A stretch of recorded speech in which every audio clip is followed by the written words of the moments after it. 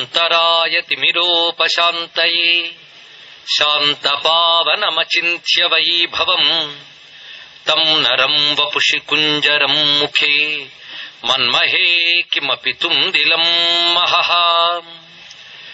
శరణం కరవాణి శర్మదం తే చరణం వాణి చరాచరోపజివ్యం కరుణామసృణైః కటాక్షపాతైః కురు మాం అంబ కృతార్థసార్థవాహం. శారదా శారదాంబోజవదనా వదనాంబుజే సర్వదా సర్వదాస్మాకం సన్నిధిః సన్నిధిం క్రియాత్.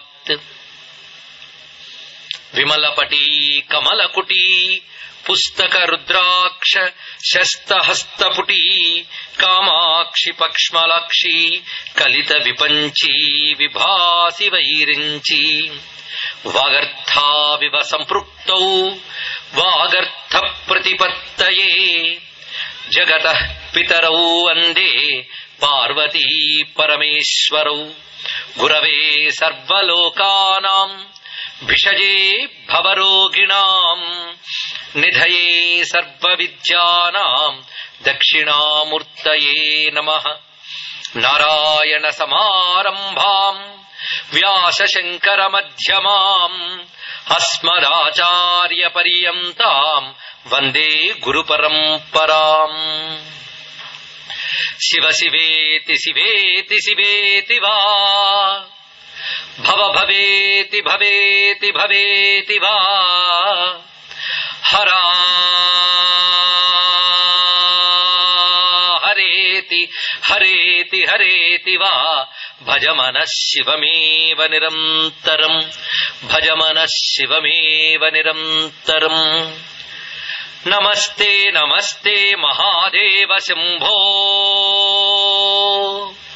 నమస్తే నమస్తే మహాదేవ శంభో నమస్తే నమస్తే దయాపూర్ణ సింధో నమస్తే నమస్తే ప్రపన్నాత్మబంధో నమస్తే నమస్తే నమస్తే మహేశ. శివాయ గురవే నమః శివాయ గురవే నమః శివాయ గురవే నమః. శ్రీమాత్రే నమః శ్రీమాత్రే నమః శ్రీమాత్రే నమః. శ్రీ విష్ణు రూపాయ నమః శివాయ శ్రీ విష్ణు రూపాయ నమః శివాయ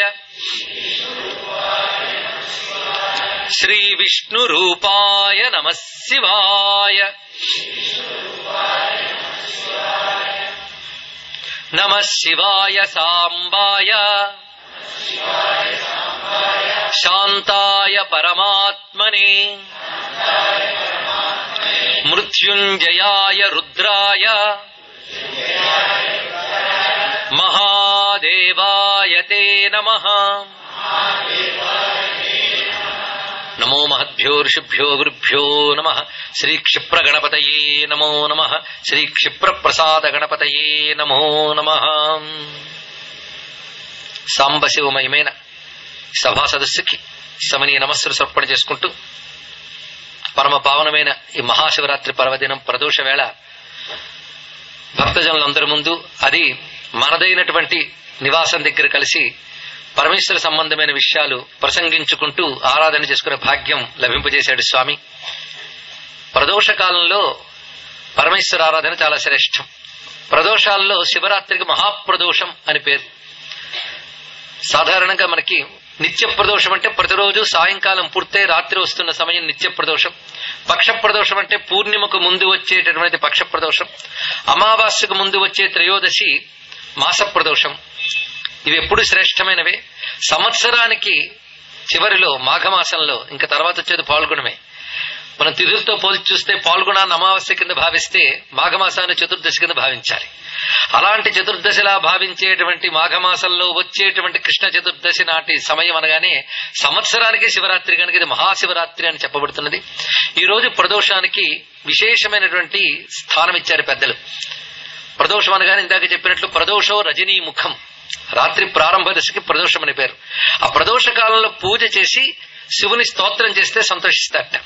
అయితే స్తోత్రాలు చాలా ఉన్నాయి శివునికి, కానీ ప్రదోష కాలంలో చేయవలసిన స్తోత్రం ఏంటంటే ఒక అద్భుతమైన స్తోత్రం మనకు కనబడుతున్నది. ఈ రోజు మహాశివరాత్రి నాడు ఏం మాట్లాడతారని నన్ను అడిగారు. అప్పటికి నేను రాజమహేంద్రలో యజ్ఞంలో బిజీగా ఉన్నా. నిర్వాహకులు అడిగితే శివరాత్రి ప్రత్యేక ప్రవచనం చెప్పండి అన్నాం. అప్పటికేం స్ఫురణ రాలేదు. ఇవాళ ప్రాతకాలం స్ఫురణకు వచ్చినటువంటిది ప్రదోష కాలంలో ఏం చెప్తే బాగుంటుంది స్ఫురణకు వచ్చింది.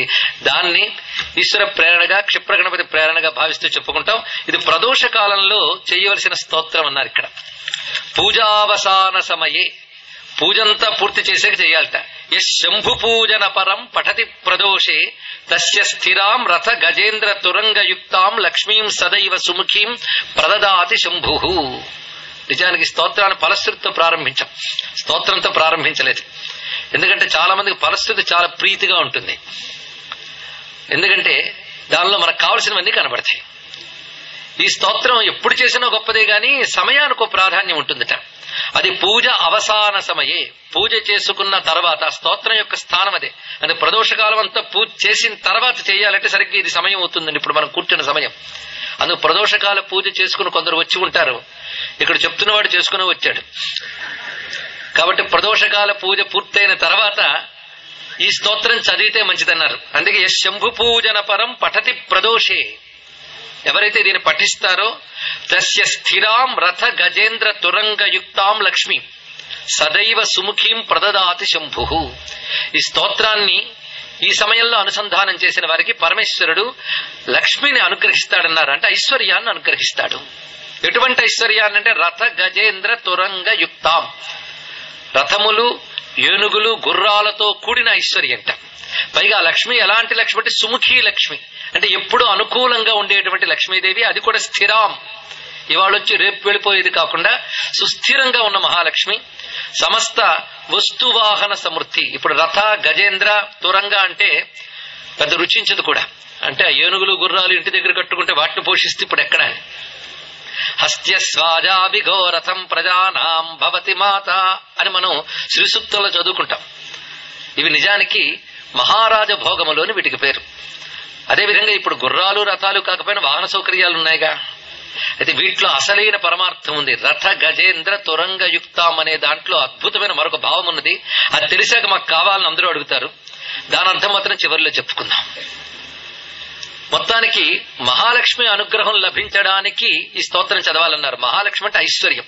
ఏ ఐశ్వర్యం అంటే అన్ని ఐశ్వర్యాలే. సిద్ధలక్ష్మి, మోక్షలక్ష్మి, జయలక్ష్మి, సరస్వతి, శ్రీలక్ష్మి, వరలక్ష్మి అవన్నీ ఇవ్వగలిగినటువంటి శక్తి ఈ స్తోత్రానికి ఉందట. ఎందుకంటే శివుడిస్తేనే ఐశ్వర్యాలు వస్తాయి. అందుకే ఐశ్వర్య దేవత అయిన మహాలక్ష్మి శివుని పూజ కోసమై తన తపస్సుతో బిల్వాలని పద్మాలని సృష్టించింది మహాలక్ష్మి. అందుకే బిల్వములు పద్మములు మహాలక్ష్మి స్వరూపములు. వనస్పతిస్తవ వృక్షోద బిల్వ అంటున్నాం, భాస్కరీం బిల్వనిలయాం అని అంటున్నాం. నారాయణుడు శివపూజ చేస్తూ ఉంటే సహకరించడానికి లక్ష్మీదేవి తన తపస్సుతో బిల్వాలని పద్మాలని సృష్టిస్తే వాటితో నారాయణుడు శివుని పూజించట. అందుకు మహాలక్ష్మి తన స్వరూపమైన బిల్వాలతో పద్మములతో శివుని పూజించడానికి ఆవిష్కరించింది. అదే విధంగా శివ పూజ వల్ల మనకి ఆ మహాలక్ష్మి అనుగ్రహం లభిస్తున్నది. ఆ స్తోత్రం ఇప్పుడు అందరికీ స్పష్టమైపోయి ఉంటుంది. శివతాండవ స్తోత్రం. ఈ శివతాండవ స్తోత్రం చాలా విశిష్టమైనది. ఇది తెలియని వారు లేరు, తెలిసిన వారు లేరు.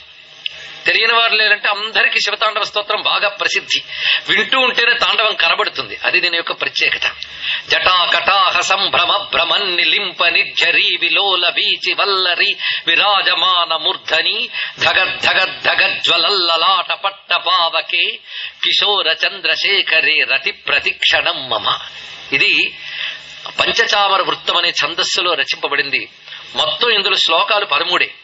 ఫలశ్రుతులు 2 ఉంటాయి. ఇక్కడ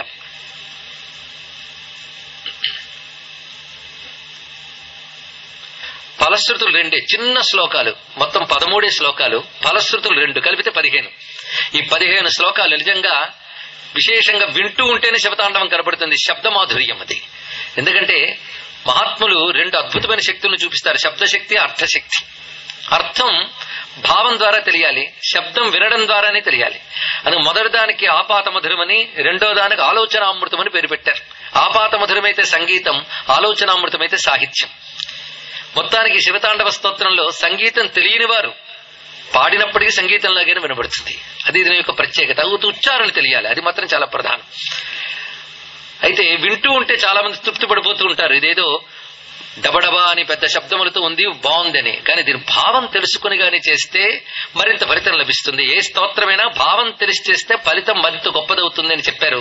ఆ భావాన్ని మనకున్న పరిమితి సమయంలో తెలుసుకునే ప్రయత్నం చేద్దాం. ఈ భావం తెలుసుకుని శివతాండవ స్తోత్రాన్ని చెప్తూ నేను, వింటూ మీరు కలిసి శివారాధనగా చేసుకుందాం. ఇదే శివాభిషేకం, ఇదే శివ పూజ. ఇవి రచించిన వారు ఎవరు? ఇది పెద్ద ప్రశ్న. రావణాసురుడండి అని వెంటనే చెప్తాం. అది రావణకృత శివతాండవ స్తోత్రం అని అన్ని గ్రంథాల్లో కనబడుతోంది. దానికి పెద్ద ప్రమాణం చివరికి పూజావసాన సమయే దశవక్త్ర గీతం శంభు పూజన పరం పఠతి ప్రదోషే అన్నారు. ఇక్కడ దశవక్త్ర గీతం, దశవక్తుడు అంటే దశకంఠుడు, దశకంఠుడైన రావణుడే పఠించాడు. అయితే రావణుడే పఠించాడు అని చెప్పడం వల్ల కొన్ని ప్రమాదాలున్నాయి. అందుకు ఆ మాట నెమ్మదిగా చెప్తున్నాం. రావణుడు అంటే రాక్షసుడు, రాక్షసుడు చేసిన స్తోత్రం గనక మనకెందుకండి అని.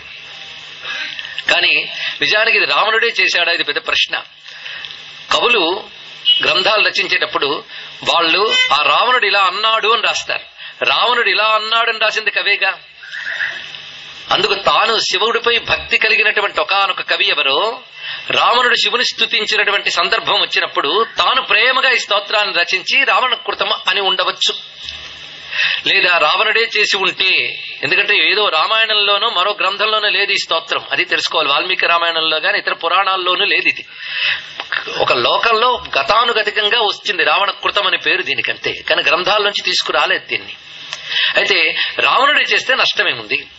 మరి చెడ్డవాడు కదండి అని అంటే, ఆయన అంత చెడ్డవాడైతే రాముడు రాడండి ఆయన కోసం.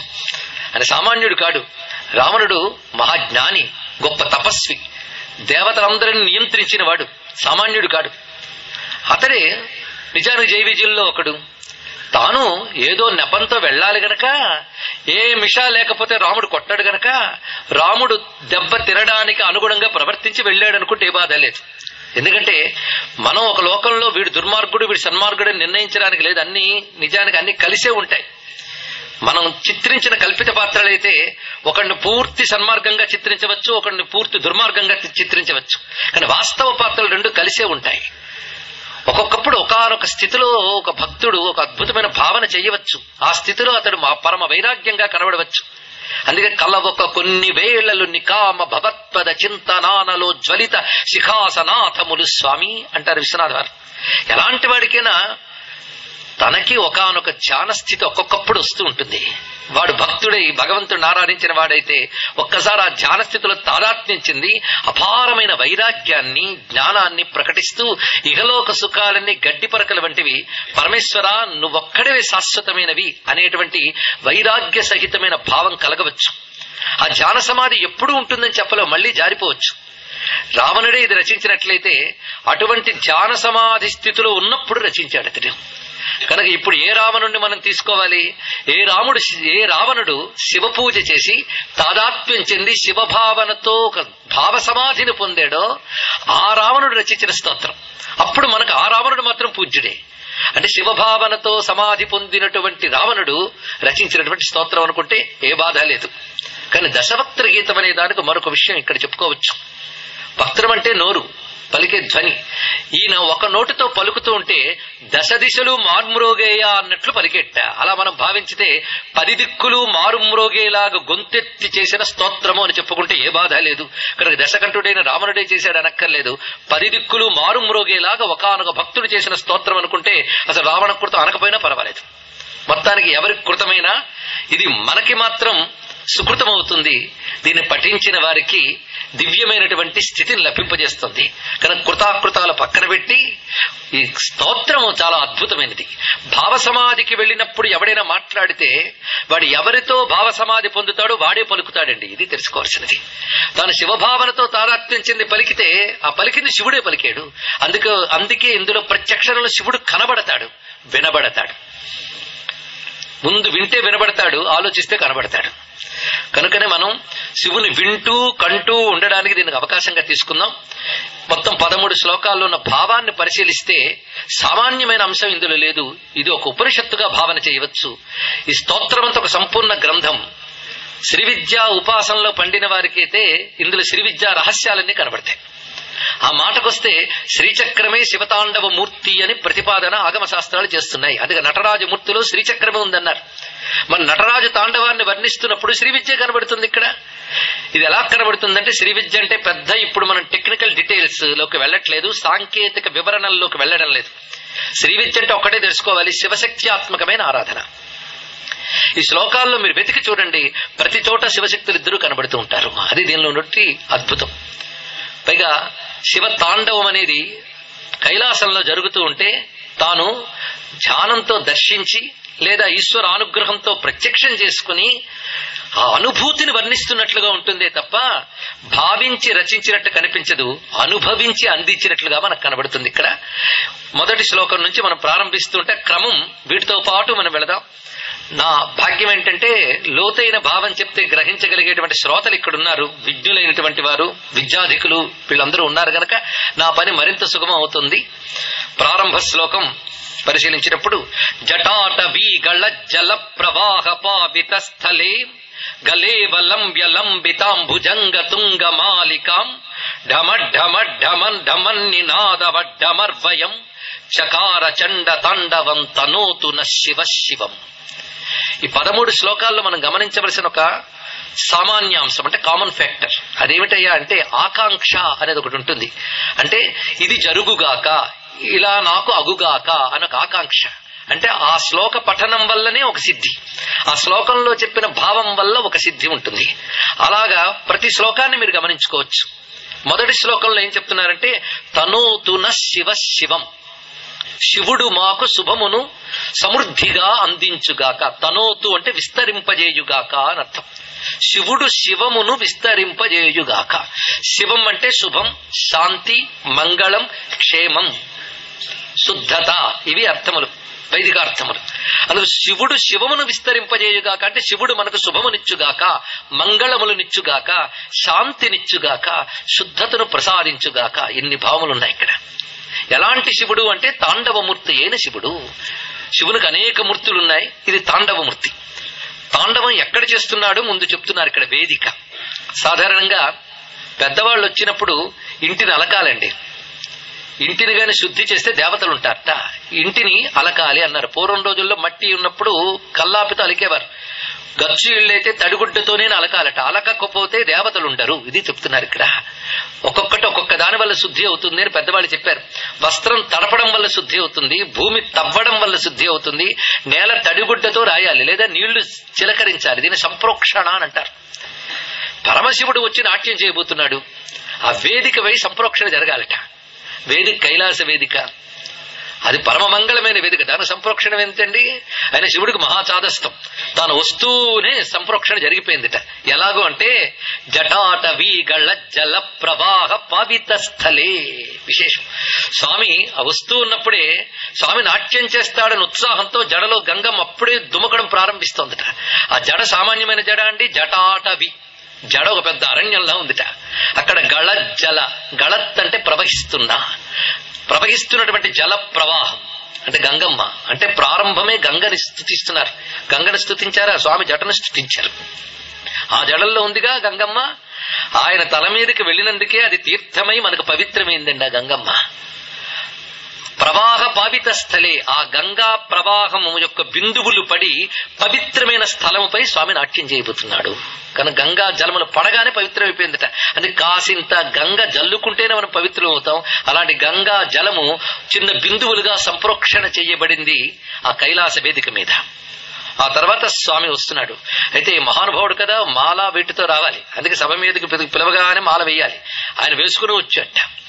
ఆ గళంలోంచి వేలాడుతోందిట, గళేవలంబ్య, అది పట్టుకుని వేలాడుతోంది. లంబితాం భుజంగ తుంగమాలిక, ఒక మహాసర్పము అలంకారముగా భాసిస్తూ ఉన్నది. స్వామి వస్తున్నప్పుడు ముందు దివ్య నాదములు మ్రోగుతున్నాయి, ఎందుకంటే నాట్యారంభం చేయబోతున్నాడు స్వామి. దానికి గాను సూచనగా దివ్య నాందీ నాదములు మోగుతున్నాయి. ఆ నాదములు ఏమిటంటే ఢమ ఢమ ఢమ నినాదవ డమర్భయం. స్వామి వస్తూనే డమరుకం మోగించుకుంటూ వచ్చేట, అంటే నాట్యం ప్రారంభమవుతోంది అనే దానికి సూచనగా డమరుకం మోగిస్తూ తన తలపై ఉన్న గంగతో పవిత్రితమైనటువంటి స్థలంపైకి వచ్చి నాట్యానికి సిద్ధపడిన నటరాజు మనకు శుభము కలిగించుగాక. ఇది ప్రారంభించారు ఇక్కడ. ఇది ఈ తాండవం ఎలాంటిదయ్యా అంటే శివుడికి చాలా తాండవాలు ఉన్నాయి. ఆనంద తాండవం మొదలుకొని ప్రళయ తాండవం వరకు వివిధ తాండవాలు ఉన్నాయి స్వామికి. ఆ తాండవాలు సాగుతూ ఉంటేనే మన బ్రతుకు ఇలా ఉంటుంది. ఆనంద తాండవంలో సౌమ్యత ఉంటుంది, ప్రళయ తాండవంలో జగత్తునంతటి తన లయం చేసుకునే స్థితి ఉంటుంది. ఈ మధ్యలో రకరకాల తాండవాలు చెప్పబడుతున్నాయి. అజపా తాండవం, గజాసుర సంహార తాండవం, త్రిపురాసుర సంహార తాండవం, ఇలా వివిధ విధాల తాండవాలు వర్ణించాడు. భరతుడు నాట్యశాస్త్రంలో వర్ణిస్తాడు ఈ తాండవాలన్నిటి కూడా. నాట్యశాస్త్ర విశేషాలు. ఆయన నటరాజు. ఇప్పుడు ఈయన చేస్తున్న తాండవం ఎలాంటిది? చకార చండ తాండవం. చండ తాండవం చేస్తున్నట్ట. చండ అంటే కోపము, ఉగ్రము, భీకరము అని మాత్రమే అర్థాలు తీసుకోవడానికి లేదు. చండ అనే మాటకి, చండి అనే మాటకి రెండింటికి అర్థాలు తీసుకుంటే ఇక్కడ అది తప్ప మరేది కనబడనంత మహోజ్వలంగా ఉంటే చండ శబ్దం వాడాలండి. సూర్యుడు ప్రచండ సూర్యుడు అంటాం, అంటే అప్పుడు ఆయన తనలో ఉన్న శక్తినంతటిని బయట పెడితే ప్రచండ సూర్యుడు అంటున్నాం. అలా పరమేశ్వరుడు తనదైనటువంటి శక్తినంతటి ప్రకటిస్తూ తాండవం చేస్తున్నాడు. పైగా పురుషుడు తాండవం చేయగలడు, ఎందుకంటే పురుషుడిలో ఒకానొక ఉద్ధత వృత్తి ఉంటుంది. దీన్ని ఆర్భటి అంటారు నాట్యశాస్త్రంలో. ఆర్భటి వృత్తితో ఉద్ధత శైలిలో చేస్తాడు పురుషుడు, అది తాండవం. అందుకే ఒకే పరమేశ్వర శక్తి తాండవం చేయాలనుకుంటే శివుడయ్యాడు, లాస్యం చేయాలనుకుంటే పార్వతి అయ్యిందండి. ఇద్దరూ ఒక్కరే నిజానికి. లాస్యం అనేది స్త్రీ సహజమైన కోమలమైన వృత్తంతో ఉంటుంది. దాన్ని కైశికీ వృత్తి అంటారు నాట్యశాస్త్రంలో. అందుకు కోమలంగా కైశికీ వృత్తితో చేస్తే లాస్యము, ఉద్ధతంగా ఆర్భటి వృత్తితో చేస్తే తాండవము. ఈ లాస్య తాండవాలే శివపార్వతుల యొక్క సమ్మేళనం. ఇదే ప్రపంచ గమనానికి హేతువు. ఆ లాస్యము, ఈ తాండవము, ఈ రెండే ప్రపంచంలోనే ఇది శివశక్తి సమ్మేళనం. అందుకే కళలా కనబడే నాట్యశాస్త్రాల్లో శివపార్వతుల యొక్క లాస్య తాండవాన్ని మనం ఆలోచన చేయడం మొదలు పెడితే విశ్వరహస్య విజ్ఞానం కనిపిస్తుంది మనకి. విశ్వంలో ప్రతి అణువు మొదలుకొని బ్రహ్మాండముల వరకు వ్యాపించి ఉన్నటువంటి చైతన్యం యొక్క విన్యాసమే శివతాండవము అనే మాటని పాశ్చాత్య విజ్ఞాన శాస్త్రవేత్తలు పరిశీలించి చెప్పారు.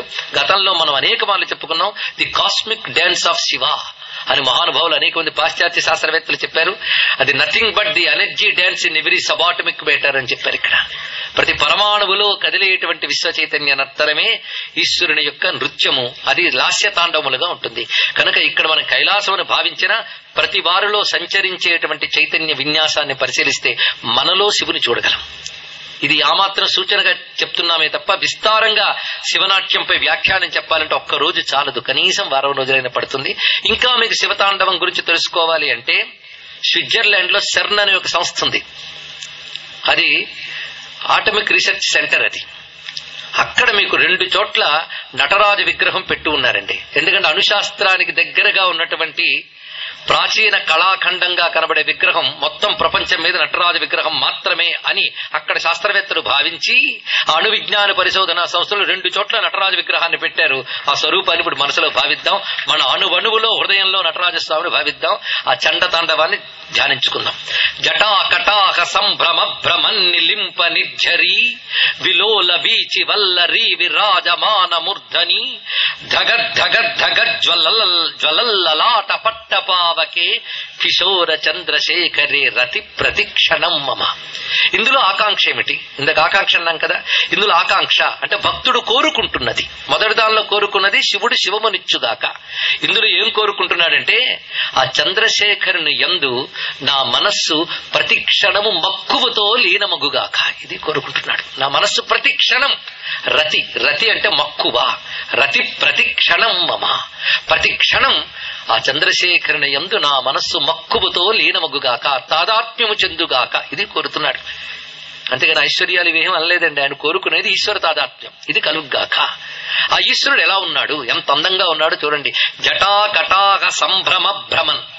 కటాహము అంటే ఒక పెద్ద పాత్ర, ఒక బాణలి, పెద్ద మూకుడు అనుకున్నట్టు పెద్ద పాత్ర. అది శివుడు యొక్క జడలు బంధించిన తర్వాత మధ్యలో ఉన్న చోటు ఎలా ఉన్నదంటే పెద్ద కటాహంలా ఉందిట. జటా కటాహం, ఆ జడల నడుమ ప్రాంతము అంత లోతుగా ఒక పెద్ద పాత్రలా ఉంది. ఆ పాత్రలో సుళ్ళు తిరుగుతోంది గంగమ్మ. జటా కటాహ ఎలా సుళ్ళు తిరుగుతుందంటే సంభ్రమ భ్రమన్, తడబడుతూ తిరుగుతోందిట. ఆ తిరుగుతున్నది ఎవరయ్యా అంటే నిలింప నిర్ఝరి. నిలింప నిర్ఝరి అంటే దేవ ప్రవాహం, దివ్య నది అయినటువంటి గంగా నది. ఆ నిర్ఝరి యొక్క విలోల వీచి వల్లరి, కదులుతున్నటువంటి తరంగాలు, అలలు తీగల్లా వెళ్తున్నాయట. అంటే ఒకదాని వెంట ఒకటి అలలు ఉంటూ ఉంటే ఆ అలలతో శోభిల్లుతున్నటువంటి జడలతో ఉన్నటువంటి శిరస్సు కలిగిన స్వామి అన్నారు ఇక్కడ. అంటే గంగ తడబడుతూ తిరుగుతున్న జటాజూటాన్ని ధరించిన శిరస్సు కలిగిన పరమాత్మ, అది విరాజమాన మూర్ధని. గంగతో అలంకరింపబడిన జడలతో ప్రకాశిస్తున్న శిరస్సు గలవాడు. ఆ తర్వాత నుదుటి దగ్గరికి వచ్చారండి. అది ఎలా ఉన్నదంటే ధగ ధగ ధగ జ్వలల్లలాట పట్టపావకే. సాధారణంగా కొంతమంది నుదుటికి ఒక గుడ్డ కడుతూ ఉంటారు, అది ఎర్రగా ఉంటుంది. స్వామి అలా ఏదైనా అలంకారం పెట్టుకున్నాడా అన్నట్లుగా ఆ తెల్లని స్వామి శరీరంపై నుదుటి దగ్గర ఎర్రగా మెరిసిపోతుంది పాలనేత్రం. ఆ ఎరుపు కాంతులు ఎలా ఉన్నంటే ధగ ధగ ధగ జ్వలల్లాట, మాటి మాటికి మిరుమిట్లు గలుపుతూ ఎరుపు కాంతులతో ఉంది ఆ పాలనేత్రం. అయితే ఎరుపు కాంతులు పాలనేత్రం నుంచి వస్తూ ఉన్నా పాలమంతా కాంతులు పరచుకుని అక్కడ ఏదైనా ఒక ఎర్రగుడ్డ కట్టుకున్నాడా అని అట్టుందిటండి. అలాంటి పాలనేత్రంతో ప్రకాశిస్తున్నాడు. కిషోర చంద్రశేఖరి, ఆ పైన నెలవంక ప్రకాశిస్తున్నది. అటువంటి స్వామి యొక్క దివ్య రూపమునందు నా మనస్సు లీనమగుగాక, ఇది చూపిస్తున్నారు. ఇక్కడ వరకు వర్ణంలో మనకి స్వామి యొక్క శిరస్సు, ఆ క్రింది నుదురు, దానితో ప్రకాశిస్తున్న అందమైన ముఖం మాత్రమే స్ఫురింపజేస్తున్నారు. ఇక్కడ ఇవాళ జాగరణ మనం చెయ్యాలి కనుక ధ్యాన ప్రయత్నాలు ఎవరు చెయ్యకండి. ఇక్కడ ధ్యానించడానికి కళ్ళు మూసారా శివుడు దొరకడు, ఎంత ఉపవాసం కూడా పోతుంది, పుణ్యజీవులు వచ్చి ఎత్తుకుపోతారు ఫలం. అంత తాండవం చేస్తుంటే ఎలా మనకు కళ్ళు మూతలు పడతాయండి, పడవు. సరే, కిషోర చంద్రశేఖరే రతి ప్రతిక్షణం మమ. ఇక్కడ మన మహానుభావుడి కవిత్వంలో ఉన్న ఔచిత్యం చూడండి. ఇక్కడ పెద్దలున్నారు, ఆధునిక విద్యలు చదువుకున్న పెద్దలున్నారు, కొంచెం సంస్కృతిపై గౌరవం ఉండి ఉండని పెద్దలున్నారు, అసలు నో డౌట్ లేనే లేదనే పెద్దలు ఉన్నారు, అన్ని రకాలు ఉంటారు. కానీ మీరు ఒక్కసారి కొంచెం ఔచిత్యంతో ఆలోచిస్తే, ఒక సాహిత్యంగా తీసుకోండి, ఎంత అద్భుతమైన పొయిట్రీ ఇందులో కనబడుతుందో మీరు ఆలోచించాలి. అద్భుతమైన పొయిట్రీ, ఫిలాసఫీ, ఒక సైంటిఫిక్ అప్రోచ్ ఇందులో మీకు కనబడుతుంది. The cosmic view. ఈ మధ్య డేవిడ్ ఫ్రాలే అనేటువంటి మహానుభావుడు కాస్మోస్ మీద యుగాల క్రితమే జ్ఞానం కలిగిన ఒకే ఒక్క దేశం భారతదేశం అని చెప్పాడండి. అంతరిక్ష విజ్ఞానం, అది మీరు ఆలోచిస్తే విశ్వరహస్యం అంతా ఇందులో చూపిస్తున్నాడు. ఇక్కడ ఎలాగుందో పరిశీలిద్దాం. ముందు చూపిస్తున్నది ఏంటి? గంగా. గంగా అనగానే మనకి చల్లగా చల్లగా ఉన్నది. వెంటనే చూపిస్తున్నది ఏంటి? అగ్ని. అంటే ఒకవైపు చల్లని గంగ నీరు, దాని క్రింద అగ్ని, ఈ రెండు చూపించాడు. అంటే స్వామి దగ్గర ఎంత చల్లదనముందో అంత వేడి ముందుట. నీరు నిప్పు రెండు ఆయనలోనూ ఉన్నాయండి. నిజానికి రెండిటికి ఒకదానికోటి పడదు. ఇది దీన్ని ఆర్పగలదు, అది దీన్ని ఆవిరి చేయగలదు. రెండూ ఉన్నాయి. అగ్ని నీటిని ఆవిరి చేయగలదు, నీరు అగ్నిని ఆర్పగలదు.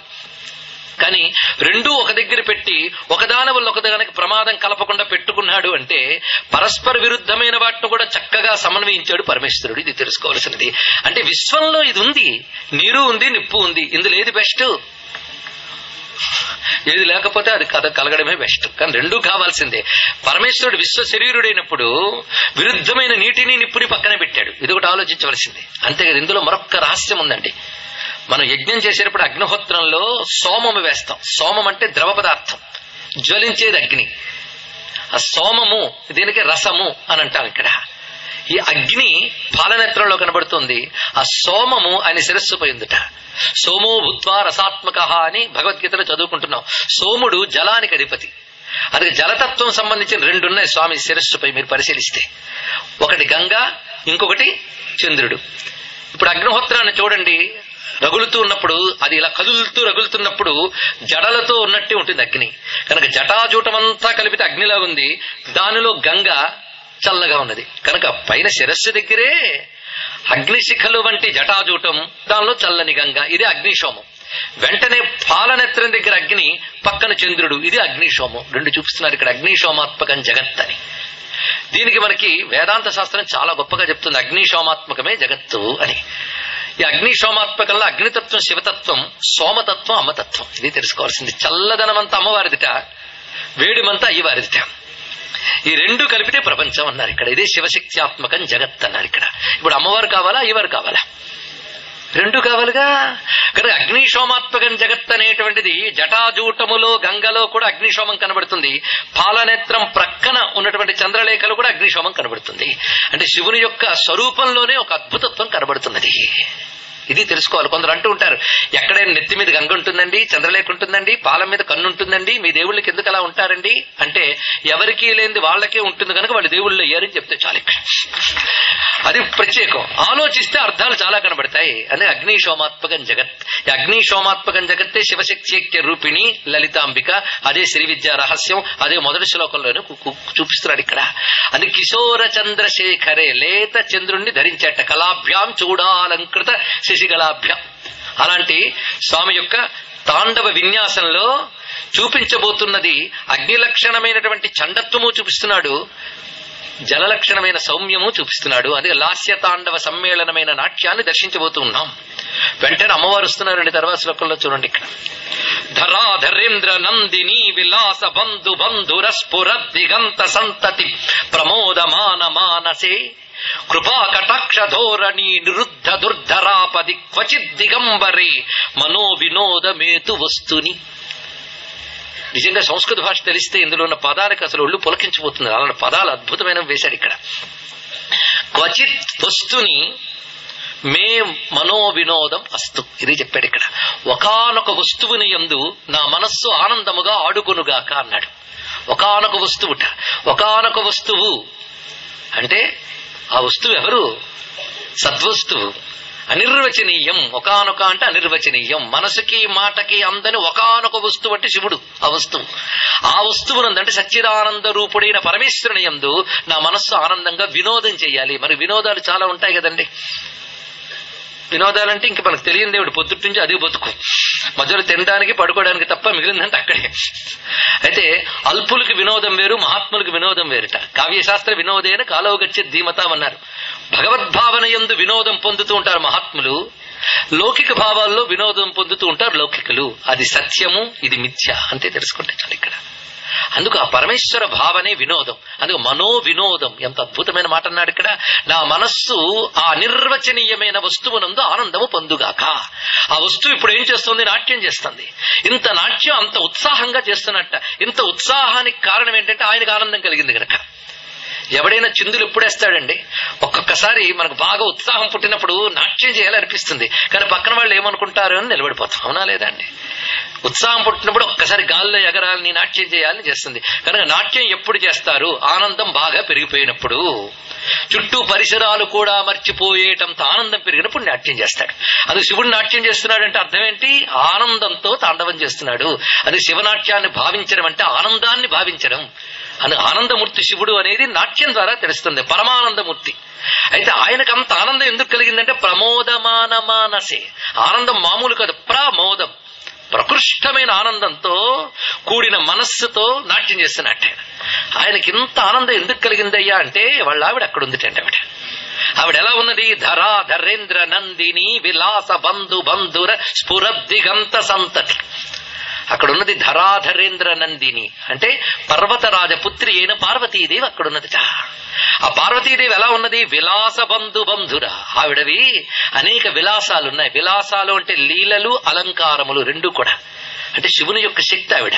ఆ శక్తి అన్ని అలంకారములు ధరించింది, మధ్యలో మందహాసం చేస్తోంది, శివుని వైపు ప్రేమగా చూస్తోంది. ఆ ప్రేమ, ఆ మందహాసము, ఆ ఆభరణాలు, ఈ విలాసములతో మొత్తం దిక్కులన్నీ వ్యాపించిపోయేట.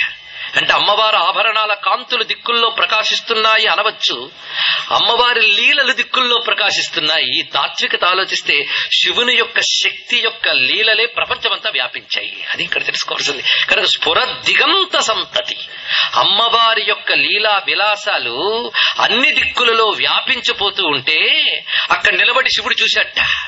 ఎటు చూసినా అమ్మవారి లీలా విలాసాలే వ్యాపించిపోయాయి. అది చూసి వెంటనే ఆయనకు ఆనందం కలిగిందిటండి. అంటే ఆయనకు ఆనందం కలిగించడానికి, ఉత్సాహం కలిగించడానికి ఉన్నదే అమ్మవారు ఇక్కడ. అందుకే అతని సంతతానంద శక్తియా సరసిజాక్షి విశ్వజనయిత్రి వారికి వేరు లేదు అంటాడు శ్రీనాథ మహాకవి. అందుకే జ్ఞానం శివుడైతే ఆనందం అమ్మవారు. అందుకే జ్ఞానానందములే శివశక్తిలోనే చెప్తున్నారు ఇక్కడ. అది అమ్మవారి విలాసములు అంతా వ్యాపించిపోగానే పరమేశ్వరుడి ఆనంద పరవశుడై నాట్యం చేస్తూ ఉన్నాడు. అలా నాట్యం చేస్తున్న స్వామి యొక్క కృపా కటాక్ష ధోరణి, అంటే స్వామి యొక్క కడకంటి చూపు నుంచి దయ ప్రసరిస్తోందట. అంత నాట్యం చేస్తున్నా దయతో చూస్తున్నట్టండి అందరినీ. ఆ దయతో చూస్తున్న స్వామి వారి చూపులు ఏం చేస్తున్నాయంటే నిరుద్ధ దుర్ధరాపది, భరించలేని ఆపదల్ని అడ్డుకుంటున్నాయట స్వామివారి చూపులు. ఎంత అద్భుతమైన భావం ఇక్కడ. శివుని కంటి నుండి ప్రసరిస్తున్న కరుణామయమైన చూపులు భరించలేని ఆపదల్ని పక్కన పెట్టేస్తున్నాయండి. అటువంటి చూపులవి. ఆ చూపుల్ని ప్రసరిస్తున్నాడు ఆయన. అలా ప్రసరిస్తున్న దిగంబరుడైన శివుడనబడే సచ్చిదానంద వస్తువునందు నా మనస్సు ఆనందించుగాక. ఇది దీని యొక్క భావం. ఇందులో మనకి ఎన్ని కనబడుతున్నాయంటే అమ్మవారి యొక్క లీలా విలాసాలు అంతటా వ్యాపించిపోయి ఉన్నాయి. ఎందుకంటే వ్యాపిస్తేనే అమ్మవారు. వ్యాపిని వివిధాకార విద్యాస్వరూపిణి. ఇందులో శ్రీ విద్యా రహస్యాన్ని మనం పరిశీలించాలంటే ప్రకాశ విమర్శ అని 2 తత్వాలు ఉన్నాయి శ్రీ విద్యలు. ప్రకాశం శివతత్వం, విమర్శ శక్తి తత్వం అన్నారు ఇక్కడ. విమర్శ రూపిణి విద్య వియదాది జగత్ప్రసూహు. విమర్శ ప్రకాశ అని 2 తత్వాలు చెప్పారండి. ప్రకాశ, దీని ఉదాహరణ చెప్పుకోవాలంటే జ్యోతిని ప్రకాశం అనుకుందాం, వెలుగుని విమర్శ అనుకుందాం. అయిపోయింది ఇక్కడ. జ్యోతే వెలుగుగా విస్తరిస్తోంది, శివుడు ప్రకాశ రూపుడే శక్తిగా విస్తరిస్తున్నాడు. అది తెలుసుకుంటే చాలు ఇక్కడ. అందుకే విమర్శ రూపిణి ఆవిడ. విమర్శ అంటే వ్యాపకత్వాత్ విమర్శ. మన దృష్టిలో విమర్శ అంటే అవతల వాడిని తిడితే విమర్శ. కానీ విమర్శ అంటే వ్యాపింపజేయుట. ఒక విషయాన్ని విస్తరించి చెప్తే విమర్శ అంటారండి. అది తెలుసుకోవాలి. విస్తరించి చెప్తే విమర్శ అంటే తిట్టడమే విమర్శ కాదు ఇక్కడ. విస్తరించి చెప్పాలి. అది శివతత్వం విస్తరిస్తే అమ్మవారు, మరొకటి లేదు ఇక్కడ. అందుకే అద్భుతమైన మాట ఇక్కడ. విస్తరిస్తే ఎక్కడ విస్తరించాలి? దిక్కులంతటా విస్తరించాలి. అందుకే స్ఫురద్దిగంత సంతతి, విమర్శ రూపిణి అనే తత్వాన్ని అక్కడ చూపిస్తున్నారు. ప్రకాశ రూపుడైన శివుడు విమర్శ రూపమైన తనదైన శక్తితో ఆనందిస్తూ, ఎందుకంటే పరమేశ్వరుడు బాహ్య వస్తువుతో ఆనందించాడు. స్వాత్మారాముడైన. స్వాత్మారామం ముదిత వదనం దక్షిణామూర్తి మీడే. అందుకే తల్లి ఎవరు? స్వాత్మా భిన్నాం పరచితిం సుషుమ్నాపథేనా. స్వాత్మా భిన్న ఆవిడ. ఆయనకు భిన్నురాలు కాదండి ఆవిడ. బయట వస్తువుతో ఆనందించిన భగవంతుడు తనదైన శక్తితో తాను ఆనందిస్తూ నాట్యం చేస్తున్నాడు. మొదట్లోనే ఎంత లోతైన భావం చెప్పాడో చూడండి ఇక్కడ. పైగా ఆ వస్తువు ఎలాంటి వస్తువు? శివుడు దిగంబరుడు అని చెప్పారు ఇక్కడ. దిగంబరుడైన శివుని యందు నా మనస్సు రమించుగాక. ఇది దీని భావం. దిగంబరుడైన శివుడు ఏంటండి అంటే దిగంబర శబ్దానికి పెద్ద ఇక్కడ దిగులు పడక్కర్లేదు మనం. దిగంబర అనేది అవధూత సంప్రదాయంలో దేహాత్మాభిమానం లేని వాళ్ళు దిగంబరంగా ఉంటారని శ్రీపాద వల్లభ దిగంబర దత్తాత్రేయ తత్వంలో చెప్తున్నాం. ఆ అర్థం తీసుకున్న తప్పులేదు, కానీ ఆ కొద్దిపాటి అర్థం ఇక్కడ సరిపోతుంది. ఎలా పరిశీలించాలంటే స్ఫురద్దిగంత మానసే, తర్వాత దిగంబర వచ్చేది పరిశీలించాలి ఇక్కడ. అమ్మవారి శక్తి దిగంతాల్లో వ్యాపించిపోయిందిట. మరి ఈయన ఎక్కడున్నాడు? అప్పుడు వ్యాపించింది ఆవిడైతే ఈయన లేకుండా ఆవిడ వ్యాపిస్తుందా? ఈయన కూడా వ్యాపించున్నాడు ఇక్కడ. అది ఎలాగో అంటే దిగంబర శబ్దంలో చూపిస్తున్నారు. దిగంబర అంటే అంబరం అంటే వస్త్రం అని అర్థం తీసుకుని, దిగంబర అంటే దిక్కులే వస్త్రముగా కలవాడని మామూలుగా సాహిత్యార్థం డిక్షనరీ మీనింగ్ మనం చెప్పుకుంటున్నాం. కానీ భగవంతుడి గురించి డిక్షనరీ మీనింగ్ సరిపోవండి. ఇక్కడ మరొక అర్థం తీసుకోవాలి. అంబరము అంటే వ్యాపకము అని అర్థం, స్ప్రెడ్. అంబరం, వస్త్రానికి కూడా అంబరం అని పేరున్నది, ఆకాశానికి అంబరం అని పేరుంది, స్ప్రెడ్ గనక. ఇది దిగంబరుడు అంటే దిక్కులంతటా వ్యాపించినవాడు అని అర్థం ఇక్కడ. శివుడు ఎక్కడున్నాడయ్యా అంటే ఎక్కడ లేడు. కృష్ణ వీతాయ ధావతే సత్వనాం పతయే నమః. కృష్ణ వీతాయ అంతటా వ్యాపించిపోయాడు పరమేశ్వరుడు. ఎక్కడో ఒక దగ్గర కూర్చున్నాడా అండి? భారతీయ సంస్కృతిలో భగవంతుడు అంటే ఎందుగలడందు లేడని సందేహం వలదు. కనుక అంతటా వ్యాపించిపోయాడు పరమేశ్వరుడు. కనుక తాను తన శక్తితో అంతటా వ్యాపించి పరమేశ్వరుడు నాట్యం చేస్తున్నాడు. ఈ సర్వవ్యాపకుడైన పరమేశ్వరుని యందు నా మనస్సు నిరంతరము వినోదము పొందుగాక. ఇది దీని యొక్క భావం. ఎంత విశేషమైన భావం ఇందులో చెప్పబడుతుందో గ్రహించవచ్చు.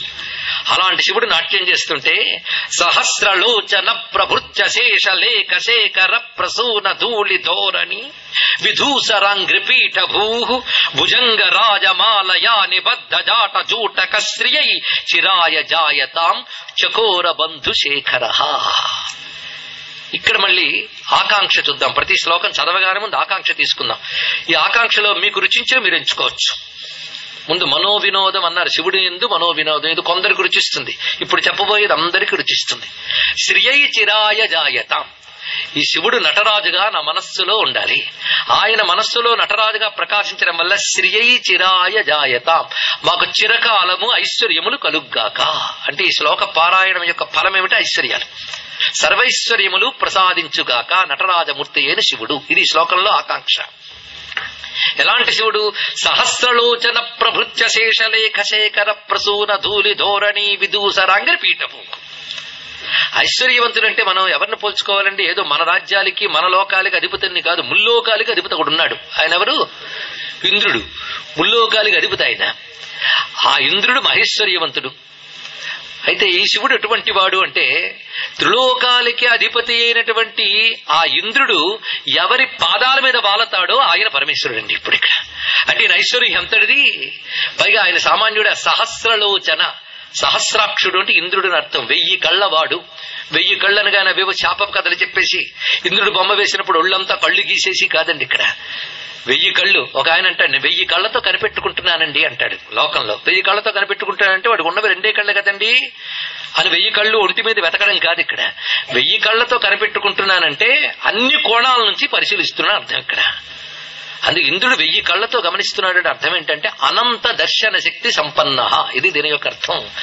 ఆయన అన్ని కాలాలను, అన్ని దేశాలను, అందరినీ తెలుసుకోగలిగిన దృష్టికి సహస్రాక్ష అంటారు. ఇక్కడ పాలకుడైన వాడికి 1000 కళ్ళు ఉండాలండి. ప్రతిదీ గమనించుకోవాలి. ఒక ఊరి పాలకుడికే ఊరంతటి 1000 కళ్ళతో గమనించుకోవాలి. ముల్లోకాల పాలకుడు గనక సహస్రలోచనుడు. ఇది తెలుసుకోవాల్సినది. ప్రభృతి, ప్రభృతి అంటే ఎక్సెట్రా. సహస్రలోచన ప్రభృతి అశేషలేఖ శేఖర.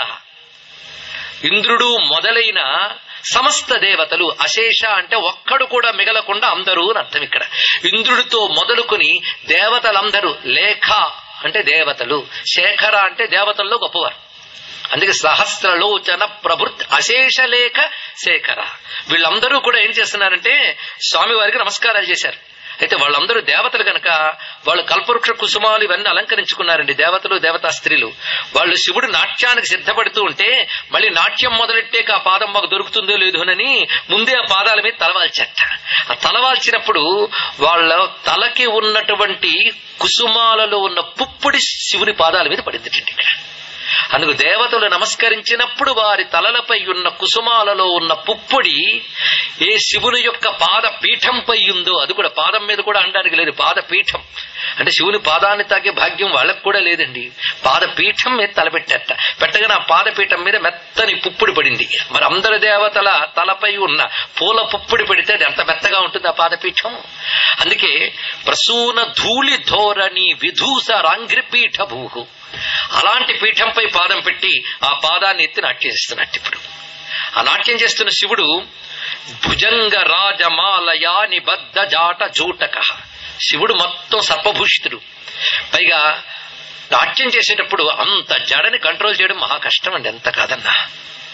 అందుకు ఆయన తనకు తోచినట్టు చక్కగా కట్టుకున్నాడు. పైగా శివుడు నాట్యానికి వెళ్తున్నప్పుడు ఆయన్ని చక్కగా మేకప్ చేసి కాస్ట్యూమ్స్ వేసేది బ్రహ్మదేవుట. చతురాననుడే సబదరించునట శంభుని కుత్కట సర్ప విభూషలు అంటారు పుట్టపర్తి నారాయణాచార్య. చతురానుడే సబదరించునట శంభును కుత్తమ సర్ప విభూషలు. ఆయన అలంకారం చేస్తాట.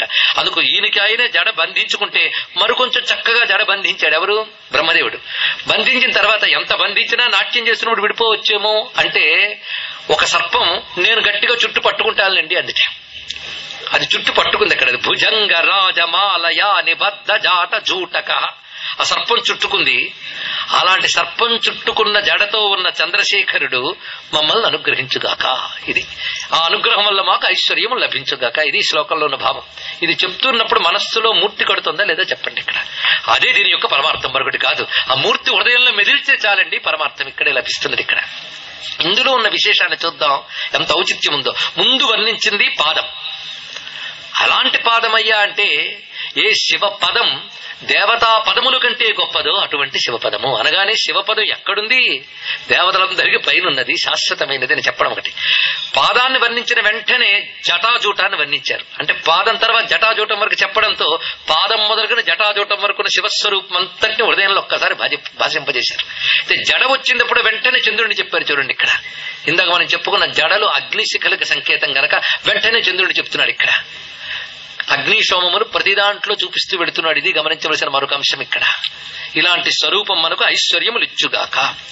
లలాట చత్వర జ్వల ధనంజయ స్ఫులింగ భానిపీత పంచసాయకం నమన్నిలింపనాయకం సుధామయూఖ లేఖయా విరాజమాన శేఖరం మహాకపాలి సంపదేశి రోజటాలమస్తునః. కొన్ని భావాలు పునరుక్తిలా అనిపిస్తూ ఉంటాయి కనుక ఎక్కువ వ్యాఖ్యానం చెప్పక్కర్లేదు. కానీ దేనికది ప్రత్యేకం ఉంటాయి, పారాయణ చేసుకోవడానికి పర్వాలే. లలాట చత్వర జ్వల ధనంజయ స్ఫులింగ భ. ఆయన లలాటం ఎలా ఉందంటే చత్వర. చత్వర అంటే యజ్ఞవేదిక అని అర్థం అండి. ఇక్కడ యజ్ఞవేదికట ఆయన లలాటం. దాని మీద రగులుతోంది ఒక అగ్ని. ఎందుకంటే అగ్ని ఎక్కడ ఉంటుంది? యజ్ఞవేదికపై ఉండాలి. కానీ శివుడు పాలనేత్రం యజ్ఞవేదిక మీద ఉండాలిగా. యజ్ఞవేదిక నుదురే యజ్ఞవేదిక, దాని మీద జ్వలిస్తోంది అగ్ని. అయితే అగ్ని ఎందు ఆహుతులు వేస్తారు కదా. ఈ అగ్ని ఒక పెద్ద ఆహుతి పుచ్చేసుకుందిట, తాగేసింది అగ్ని. ఎవరిని తాగిందయ్య అంటే భా నిపీత పంచసాయకం, 5 బాణాల వాడిని తాగేసినటువంటి అగ్నిట అది. ఇక్కడ అంటే మన్మథ దహనము చేసినటువంటిది అని చెప్తున్నారు ఇక్కడ. అది యజ్ఞాగ్ని, సామాన్యం కాదు. ఇక్కడ అంటే శివుడి యొక్క పాలమనే వేదికపై ప్రకాశిస్తున్నటువంటి దివ్య అగ్నినేత్రము మన్మథ దహనం చేసినది. ఇంతవరకు అగ్నినే వర్ణించారు కానీ దాన్ని చేసిన ఒక ఘనతను ఇప్పుడు చూపిస్తున్నారు ఇక్కడ. కామదహనము చేసినటువంటి నేత్రం ఇది అన్నారు ఇక్కడ. ఎందుకంటే కామదహనం ముందు జరిగితే చాలండి. అందుకే పరమేశ్వరుడు కామ విజేత, కామారి. అందుకే ఆయన ఆరాధన చేస్తే కామాన్ని జయించగలమన్నారు ఇక్కడ. ధర్మబద్ధమైన కామం మంచిదే గాని కామ హద్దులు మీరితే ప్రమాదం. అసలు కామమే ఏంటండి? తర్వాత క్రోధ, లోభ, మోహ, మద చాలా ఉన్నాయి కదండి. అంటే వీడు ఒక్కడుంటే చాలుట కాముడు, మిగిలిన వాళ్ళందరూ వాడి తెచ్చుకొస్తాడు. వాడిని తీసేస్తే మిగిలిన వాళ్ళు 5 వాళ్లే పోతారండి. మీరు కొంచెం ఆలోచిస్తే క్రోధము, లోభము అన్నిటికీ ప్రధానమైన సీడ్ కామం. దాన్నే తగలెట్టేస్తే మిగిలిన ఏమీ లేవు. అది తెలుసుకోవాల్సింది. అందుకే మొదటివాడు వాడే. అరిషడ్ వర్గాల్లో ఫస్ట్ ప్లేస్మెంట్ వాడిదే. కానీ వాడు ఒక్కడిని పెడితే మిగిలిన 5 తమ్ముళ్ళు వస్తారు. వీడిని తీసేసామో మిగిలిన వాళ్ళు అసలు లేనే లేరు. అది తెలుసుకోవాల్సింది. అందుకే మన్మథ దహనం అది కానిది ఎన్ని జ్ఞానాలు చెప్పినా లాభం లేదు. అందుకు ముందు కాముణ్ణి దహనం చేసినటువంటి జ్ఞానాగ్ని ఎవరి నుదుట ప్రకాశిస్తున్నదో ఆ స్వామి అన్నారు. వెంటనే అగ్ని చెప్తే వెంటనే చెప్పాల్సింది సుధామయూఖలేఖయా విరాజమాన శేఖర్. పైగా మహాకపాలి సంపదే. మహాకపాలి, గొప్ప కపాలము ధరించిన వాడు. ఏంటంటే బ్రహ్మ కపాలాన్ని చేత్తో పట్టుకున్నాడు ఆయన ఇక్కడ. అంతేకాదు కొందరు అంటూ ఉంటారు ఏమంటే కపాలాన్ని ధరించేయంటే అయ్యింది అని. ఆ మాటకు వస్తే గాయత్రి మంత్రంలో ధ్యాన శ్లోకంలో కూడా శుభ్రం కపాలం గదాం అని చదువుతున్నాం. గాయత్రీదేవి కూడా కపాలం పట్టుకుంది. కపాలం అంటే పుర్రెలు అని చెప్పడానికి లేదండి. కపాలం అంటే యజ్ఞపాత్ర అని అర్థం ప్రధానంగా. కానీ యజ్ఞపాత్రను ధరించిన వాడు అని చెప్పవచ్చు. కపాలం ధరించాడన్న తప్పేమీ లేదు. ఒక ఆవిడ పాప నా పుర్రె అంటే భయం అండి అందండి. ఆ మాట కూడా తమ పుర్రెతోనే చెప్తున్నారండి అని చెప్పాల్సి వచ్చింది. భయపడాల్సింది ఇక్కడే ఉంది, మరెక్కడా లేదు ఇక్కడ. అయితే ఇంత పుర్రె మనకు భయం అనిపించట్లేదు. ఎందుకు అంటే ఏదో ఉంది లోపల. వాడు శివుడు. వాడు ఈ కపాలంలో ఉన్నంత వరకు కపాలం అందంగా ఉంటుందిట. అందుకే కపాలంలో జ్ఞానశక్తిగా వ్యాపించిన వాడే మహాకపాలి. అందుకే ఆయన చేతిలో అందరి కపాలాలు ఉన్నాయి, తెలుసుకోవాలి. ప్రతివాడు పిలక ఆయన చేతిలో ఉంది. కొందరు అంటుంటారు అన్ని నా చేతిలో ఉన్నాయని. ఆ మూర్ఖత్వం ఒక్కటే వీడుకుంది. కానీ అందరి పిలకలు ఆయన చేతులు ఉన్నాయండి. అందరి కపాలాలు అంటే అందరి జ్ఞానములు. కపాలం జ్ఞానస్థానం. శివుడు జ్ఞానాధిదేవత. అందుకే జ్ఞానేంద్రియ స్థానం మొత్తం కపాలం. అక్కడ జ్ఞాన చైతన్యముగా వ్యాపించిన వాడు. ఆయన చేతుల్లో ప్రతివారు కపాలం ఉంది. ఇది తెలుసుకున్నా సరిపోతుంది. కానీ యజ్ఞపాత్ర ఎవడి చేతిలో ఉందో ఆ స్వామి. అలాగే విశ్వములో అందరి కపాలములు ఎవడి చేతిలో ఉన్నాయో ఆ జ్ఞానమూర్తి. అదేవిధంగా బ్రహ్మ కపాలాన్ని ధరించిన వాడు. ఏవైనా తెలుసుకోవచ్చు. అలాంటి స్వామిని ధ్యానిస్తే సంపదే అస్తు, ఆయన మాకు సంపదలకు కాను కలుగ్గాక అంటే ఇది కూడా సంపదలను కలిగించుగాక అన్నారు ఇక్కడ. అన్ని రకాల సంపదలు ఇచ్చుగాక. కరాళ పాల పట్టిక ధగ ధగ ధగ జ్వల ధనంజయాహుతీకృత ప్రచండ పంచసాయకే ధరాధరేంద్ర నందిని కుచాగ్ర చిత్ర పత్రక ప్రకల్పనైక శిల్పిని త్రిలోచనే రతిర్మమ. ఆ 3 కళ్ల వాడి మీద నా మనస్సు రతి పొందుతోంది, మక్కువ పొందుతోంది, ఆయన మీద నాకు ఇష్టం కలుగుతోంది అంటున్నాడు భక్తుడు. ఇక్కడ ఇదివరకు వర్ణించినట్టే కనిపించిన కించిత్ భేదం ఉంది చూడండి. ఎవడి యొక్క పాలములు కరాళమైన అగ్ని జ్వలిస్తూ మన్మధుడిని తగలబెట్టిందో, ఎవడి చేతి వేళ్లు అమ్మవారి వక్షస్థలం మీద చిత్రమైన శిల్పాలు లిఖిస్తూ ఉన్నాయో ఆ శివుడు అన్నారు ఇక్కడ. ఇందులో అందాన్ని చూడాలి. ధరాధరేంద్ర నందిని కుచాగ్ర చిత్ర పత్రక ప్రకల్పనైక శిల్పిని. ఎందుకంటే వాళ్ళ ఆది దంపతులు, పరస్పర ప్రణయం వాళ్ళకున్నది. శివుడు ఆ ప్రణయంలో భాగంగా అమ్మవారి యొక్క వక్షస్థలంపై తన యొక్క వేలు కొసలతో లేఖనం చేస్తున్నట్టు ఆయన ఇక్కడ. అంటే దీని అర్థం ఏంటంటే అమ్మవారిపై తన ప్రీతి భావాన్ని ప్రకటిస్తున్నాడు. అటువంటి స్వామి అన్నారు. ఇందులో ఉన్న ఔచిత్యాన్ని ఒక్కొక్కటి పరిశీలిద్దాం. మొట్టమొదటి ఏం చెప్పారు? మన్మధుణ్ణి తగలబెట్టాడు అన్నారు ఇక్కడ. అంటే కాముణ్ణి తగలబెట్టాడు. కాముణ్ణి తగలబెట్టేశాక తన భార్యతో ఆడుకుంటున్నాడు అంటే ఏమంటారండి ఎవరైనా దీన్ని? కాముణ్ణి తగలబెట్టిన వాడు తన భార్యతో ఆడతాడా? కాముణ్ణి తగలబెట్టాడంటేనే వైరాగ్యవంతుడు. వైరాగ్యవంతుడైన వాడు తన భార్యతో విహరిస్తున్నాడంటే మళ్ళీ కాముకుడైపోలేదు. కానీ కామాన్ని తగలబెట్టిన కామేశ్వరుడు నన్ను రక్షించుగాక, ఇది దీని భావం. ఇప్పుడు ఆయన కామేశ్వరుడా కామదహనుడా? పెద్ద ప్రశ్న కదా. ఇది ఆలోచించాలంటే శివపార్వతుల కామము ఎటువంటిదయ్యా అంటే కాముడు దహింపబడ్డ తర్వాత వచ్చినది. ఇది పరిశీలించాల్సింది. కామ దహనం జరిగిన తర్వాత కలిగినటువంటి దాంపత్యం వాళ్ళది. ఎవరైనా పెళ్ళయ్యాక పెళ్లికి ముందు కోరిక ఉంటుంది, కానీ కోరిక తగలబెట్టి పెళ్లి చేసుకున్నవాడండి ఈయన. ఎంత చిత్రమైన విషయం ఇక్కడ. ఎవడైతే కాముడిని దహనం చేస్తాడో వాడికి ఎవడు పిలిచి పిల్లనివ్వరండి. ఆయనకి ఏ కోరికలు లేవండి, కోరికలనే తగలబెట్టేశాడు ఆయన అని మహావైరాగ్యవంతుడు. అంటే దండం పెట్టి కొబ్బరికాయ ఇస్తారు కానీ వాడిని పిల్లనిస్తారండి ఎవడైనా? అలాంటిది హిమవంతుడి పిల్లనిచ్చాడు, ఏం చేసుకున్నాడు? కామదహనం చేసిన కామేశ్వరుట. చాలా చిత్రమైన అంశం ఇక్కడ ఉంది, పరిశీలించవలసింది. ఎప్పుడైనా కామం అనేది తనది కాని ఒక బయట వస్తువుపై కలిగినటువంటి కామానికి మన్మధుడి సహాయం అవసరం, అంతే కదా. అందుకే పార్వతీదేవి వేరనుకుని మన్మధుడు వచ్చాడు, పెద్ద మహానుభావుడిలాగా, ఆరిందాలాగా వచ్చి పార్వతీపై శివుడికి మరులు గొల్పాలని ప్రయత్నించాడు. ఆవిడేమైనా నాకు బయట ఉన్న వస్తువు అనుకున్నావా? ఆమెపై మరులు గొల్పడానికి అజ్ఞాని, అహంకారి అంత అక్కడ పెట్టేశాడు పరమేశ్వరుడు. ఆవిడ స్వాత్మాభిన్న, తనదైన శక్తి. అయితే ఈ మాట చెప్పినప్పుడు పైన అర్థం చేసిన వాళ్ళు ఏమంటారంటే, మరి ఎంత భక్తుడైనా ఇలా వర్ణించచ్చా అండి? కుచాగ్ర చిత్ర పత్రక కల్పని అనగానే మనకప్పుడే ఒక ఆయన ఆ మధ్య టీవీలో పెద్ద గొడవలు పెట్టాడు. మన ఏవి చూసినా చూడకపోయినా ఇట్లాంటివి మాత్రం చూస్తూ కూర్చుంటాం. మన మతం మీద అవమానిస్తుంటే మనకే సంతోషం, ఇంకోళ్ళు తాట తీస్తారు, అది వేరే విషయం. కమలాకు చుచుకుచు కుంకుమతో నీ తారుని తాతలు నీలతలు అనగానే వాడు వెక్కిరించాడు. అరే అసలు భక్తి అనేది లేని నీకే అది ఎబ్బెట్టుగా తోచిందే. ఒక మహాభక్తుడు అది రచించాడు అంటే ఏ భావంతో రచించి ఉంటాడో ఆలోచించి. ఇక్కడ అమ్మవారిని జగదంబని అమ్మగాను ఆయన అయ్యగాను చూసేవాడు రచించాడంటే వాడు హృదయంలో అసలు నీచమైన దృష్టి లేదు రచించిన వాళ్ళు. ఈ చదివిన వాడి వాడు భగవద్భావము లేదు, నీచమైన దృష్టి కావలసినంత ఉంది, ఇది తెలుస్తున్నది. కనుక రచించిన వాడు ఏ భావంతో రచించుంటాడో ఆలోచించండి. ఒక ఆయన అన్నాడు, ఏమండి సౌందర్య గ్రంథ శంకర భగవత్పాదుల వారు అమ్మవారి అవయవాలను వర్ణిస్తూ రచించారండి అని. అరే పుట్టుకతోనే కామదేదేని మహాయోగీంద్రుడు, 8వ ఏటే సన్యసించిన మహాత్ముడు, ఆయన అమ్మవారిని రచించాడంటే ఏ భావంతో రచించాడు అని ప్రశ్నించవే. ఒక స్త్రీమూర్తిగా చూడలేదు ఆయన, విశ్వ విగ్రహైన జగదంబని దర్శించాడు ఆయన. ఇక్కడ అవయవాలు శక్తి స్వరూపాలు. అయితే అమ్మవారి వక్షస్థలం అంటే ఏంటో తెలుసుకుంటే ఇది ఇంకా అర్థమైపోతుంది. అమ్మవారి వక్షస్థలంపై శిల్పం చెక్కుతున్నట్టు, అంటే శిల్పాలు నిర్మిస్తున్నాడు అంటే అర్థం ఏమిటి అంటే వాటిని తీర్చిదిద్దుతున్నాడు అర్థం, అంతే కదా. అమ్మవారి వక్షస్థలం అంటే ఏంటో తెలుసుకోవాలి. దేవతల భాష అది అర్థం చేసుకోవాల్సింది. అమ్మవారి వక్షస్థలం అంటే ఏమిటనేది శాస్త్రమే చెప్తోంది, నేనేదో అన్వయించి చెప్పట్లేదండి. సూర్యచంద్రౌ స్తనౌ దేవ్యాః తావేవ నయనే స్మృతౌ ఉభౌ తాటంకయుగళౌ ఇత్యేషా వైదికీ శృతి. ఇది శాస్త్రం చెప్తున్నది. అమ్మవారు ఒక విశ్వమంతా వ్యాపించిన శక్తి ఆవిడ. ఆ శక్తికి సూర్యచంద్రుడు నేత్రములుగా ఉన్నారు, ఆ సూర్యచంద్రులే వక్షస్థలముగా ఉన్నారు, ఆ సూర్యచంద్రులే చెవులకు తాటంకములుగా ఉన్నారు అని వర్ణన మనకు శాస్త్రంలో చెప్తున్నది. ఇచ్చేష వైదికి శృతి. ఎందుకంటే అమ్మవారి విశ్వాన్నంతటి గమనిస్తోంది సూర్యచంద్రులు అనే నేత్రాలతో. గమనించేటప్పుడు నేత్రాలండి, అంతేకాదు. అమ్మవారి ప్రపంచానికి అన్నం పెడుతోంది కదా, అన్నపూర్ణమ్మ ఎక్కడి నుంచి అన్నం పెడుతోంది కొంచెం ఆలోచించండి. సూర్యకిరణాల నుంచే ప్రతిదీ అన్నం పొందుతోంది. ఇది నేను చెప్పక్కర్లే, మీరందరూ విజ్ఞాన శాస్త్రం చదివారు. వృక్షాలు నేరుగా పొందితే మనం ఇండైరెక్ట్ గా పొందుతున్నాం. సూర్యుడే మనకు అన్నదాత. అలాగే చంద్రుడు తన యొక్క రసశక్తితో ఔషధులు పండిస్తున్నాడు. కనుక రెండిటి వల్లే మనం పోషింపబడుతున్నాం కదా. అందుకే పుష్టామి ఔషధి సర్వ సోమో భూత్వ రసాత్మక అని స్వామి భగవద్గీతలో చెప్పాడు. కనుకనే ఔషధులు పండించేవాడు చంద్రుడు, అన్నప్రదాత సూర్యుడు. ఈ రెండు మనకి అన్నములు ఇస్తున్నాయి.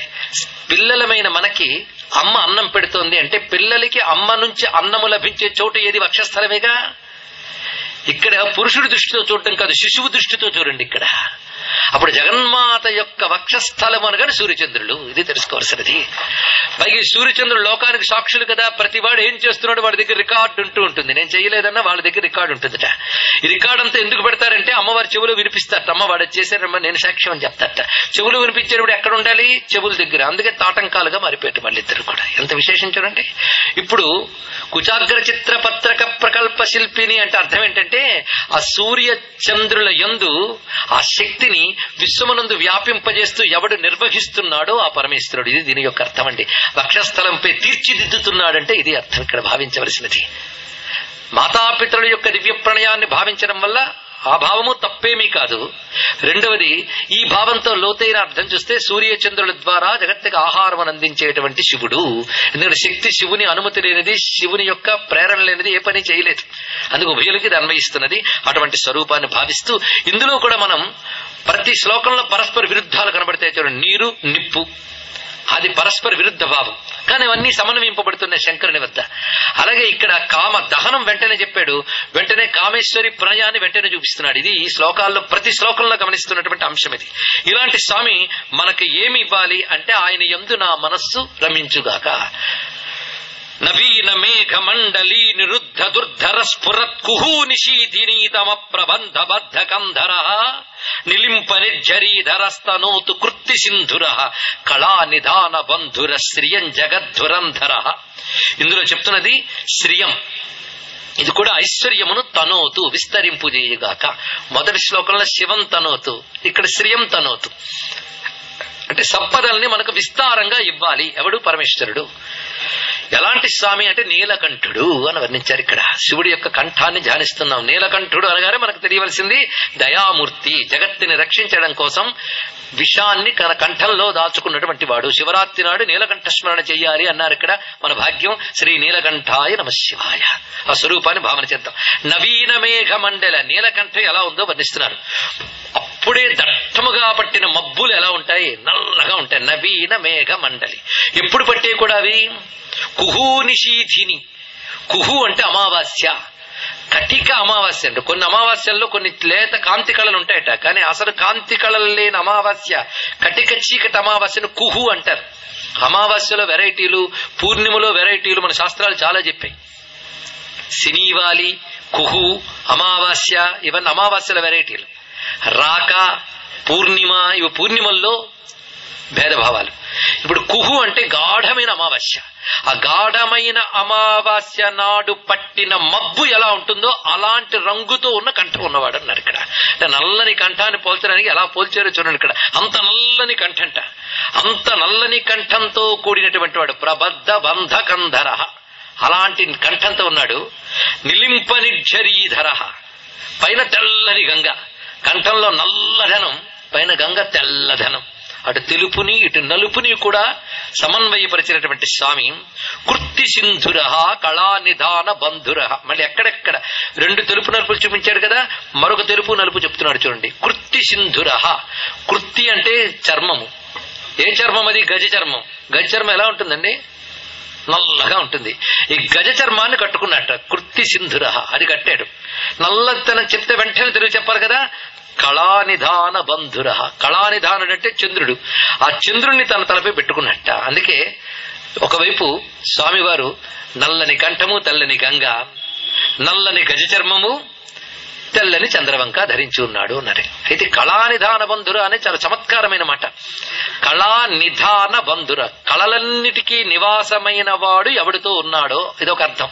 కళలకు నివాసం అంటే చంద్రుడు. చంద్రుడు చంద్ర కళలు అంటాం కదా, అందుకు కళలు కలిగిన చంద్రుడు ఎవరికి అలంకారముగా ఉన్నాడో ఇదొక అర్థం. కళలు అంటే విద్యలు అని అర్థం అండి. కళలంటే విద్యలు. ఈ విద్యలన్నిటికీ నిధి అయి ఎవడు ప్రకాశిస్తున్నాడో ఇది వరకు అర్థం. ఈశాన సర్వ విద్యానాం ఈశ్వర సర్వభూతానాం. అదే కళాభ్యాం చూడాలంకృత స్థితి కళాభ్యాం. కానీ కళానిధాన బంధుర అంటే సర్వ విద్యలకి నిధిగా ప్రకాశించువాడు. ఇది దీని యొక్క భావం. ప్రఫుల్ల నీల పంకజ ప్రపంచ కాళిమ ప్రభావలంబి కంఠ కందలి రుచి ప్రబద్ధ కంధరం స్మరచ్చిదం పురచ్చిదం భవచ్చిదం మకచ్చిదం గజచ్చిదంధకచ్చిదం తమంతకచ్చిదం భజే. ఈ శ్లోకానికి పెద్ద వ్యాఖ్యానించక్కర్లేదు, ఎందుకంటే ఏం అర్థం లేదని చెప్పలేదు, కావలసినంత అర్థం ఉంది.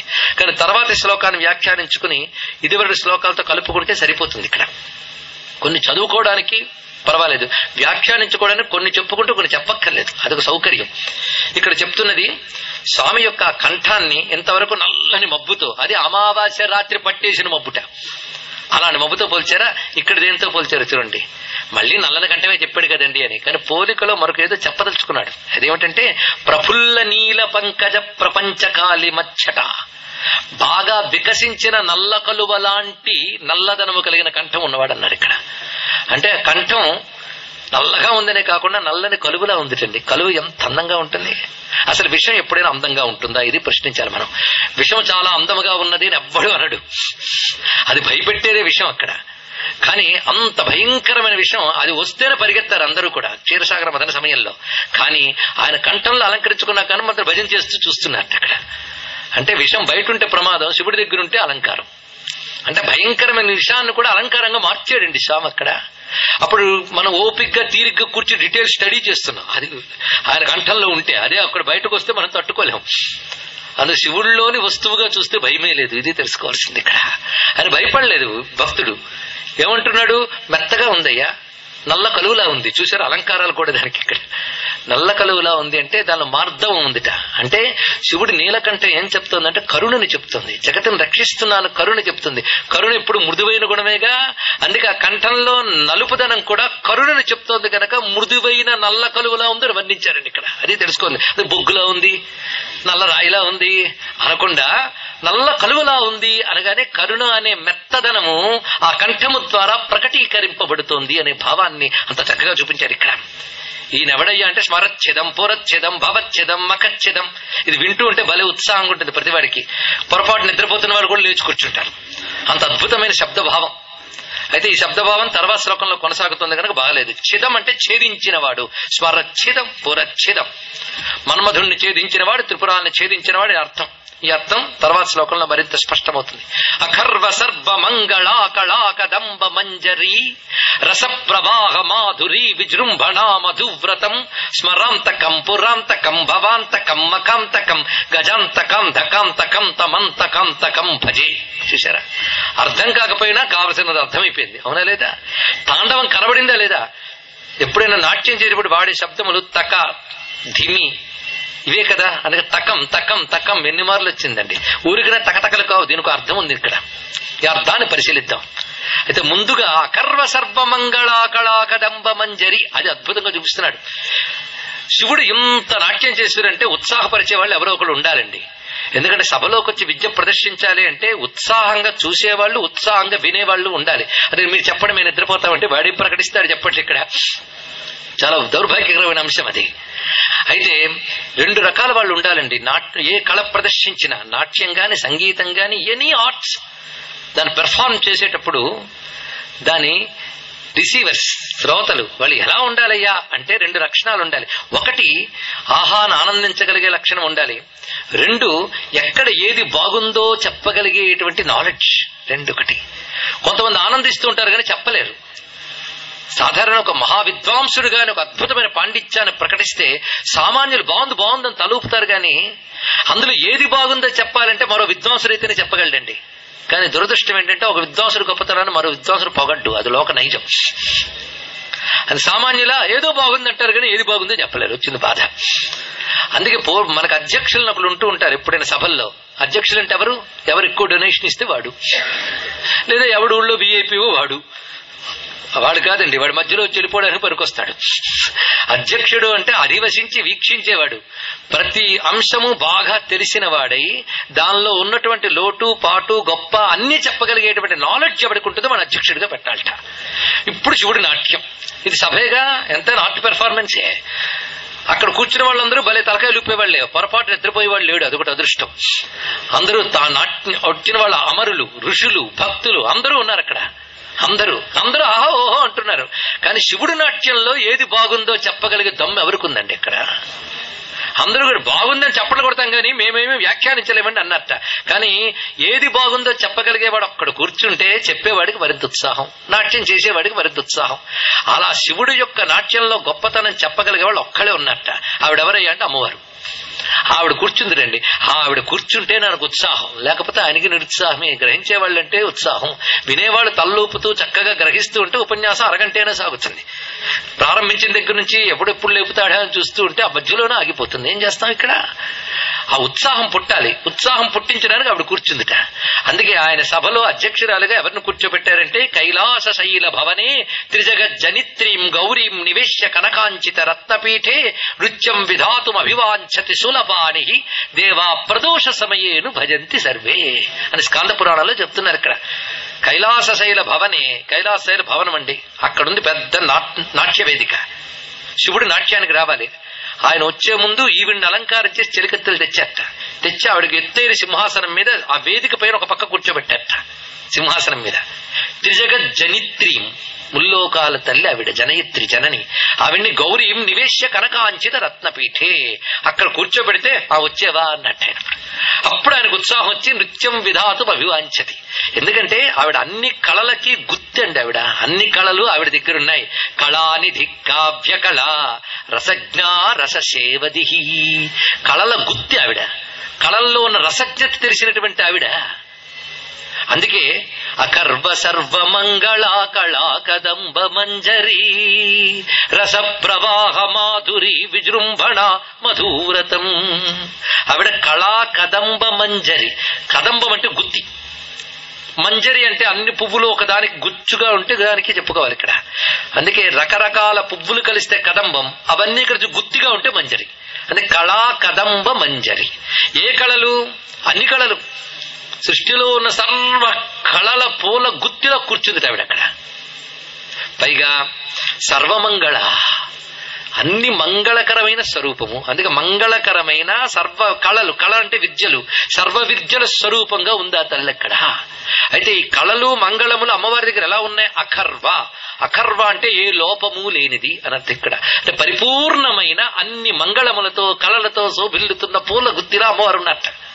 అయితే పూలగుత్తి బాగా వికసించి ఉంటే తుమ్మెదకు ఉత్సాహం ఉంటుంది.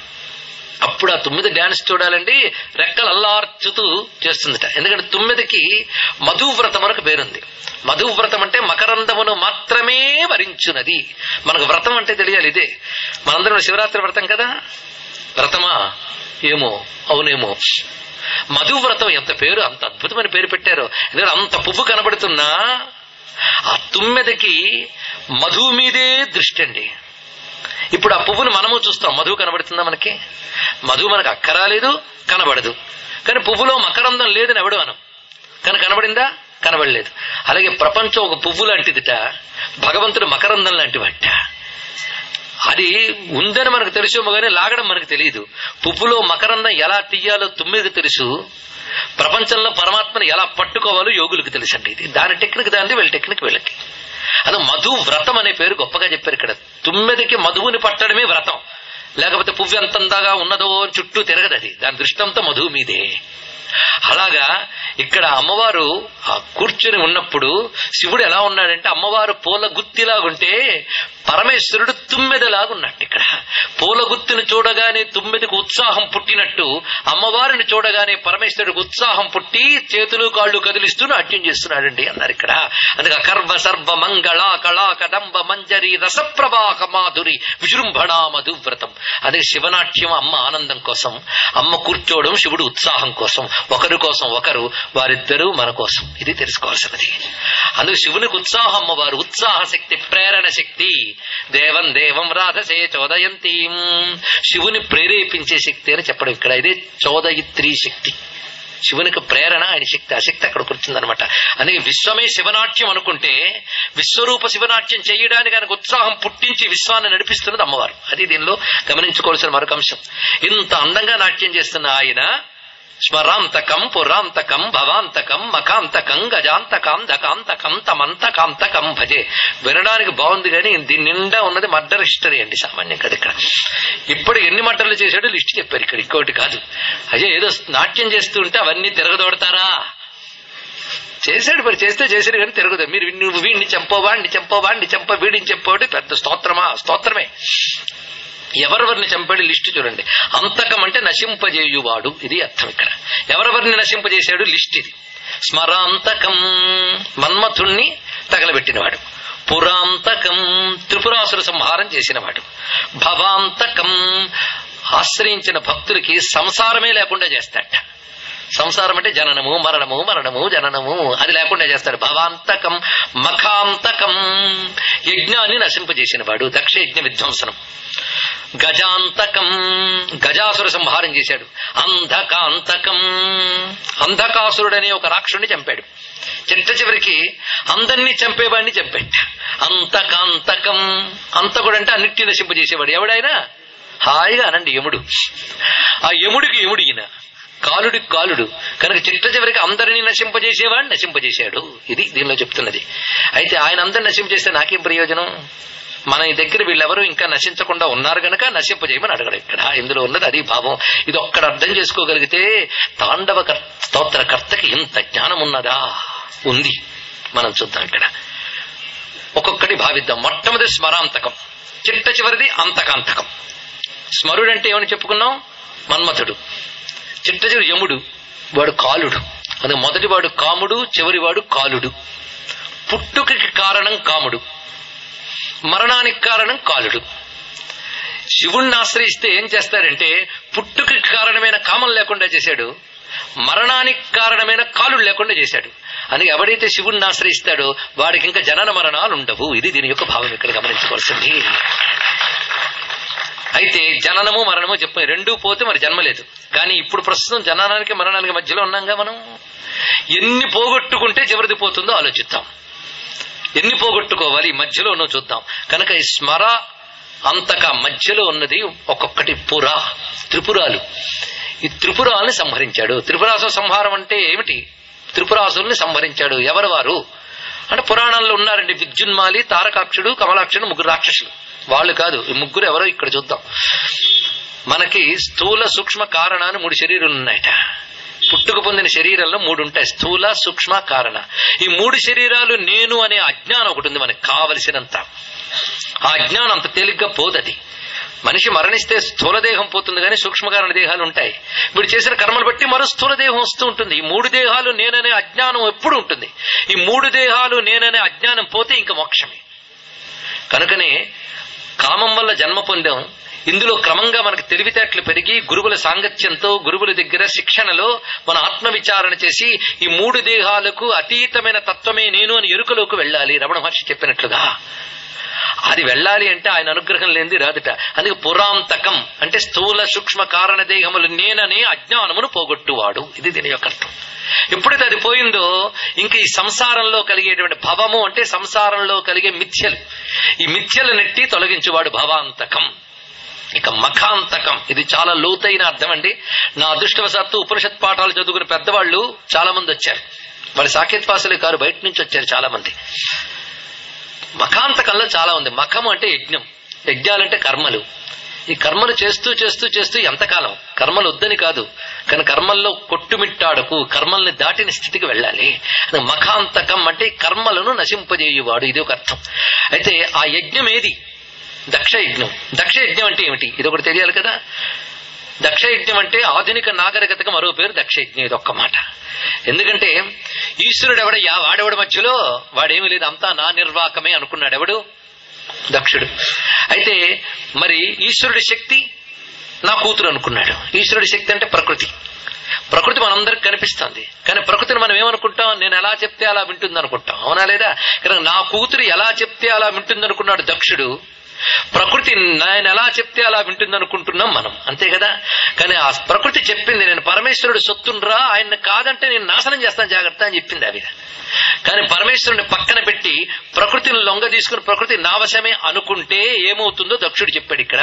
అందుకు భగవంతుడిని విస్మరించి ప్రకృతిని ఎక్స్ప్లాయిట్ చేసి బ్రతికేటువంటి నాగరికత అంతటికీ మన పురాణ సంస్కృతి చెప్పిన సమాధానం ఇదండి.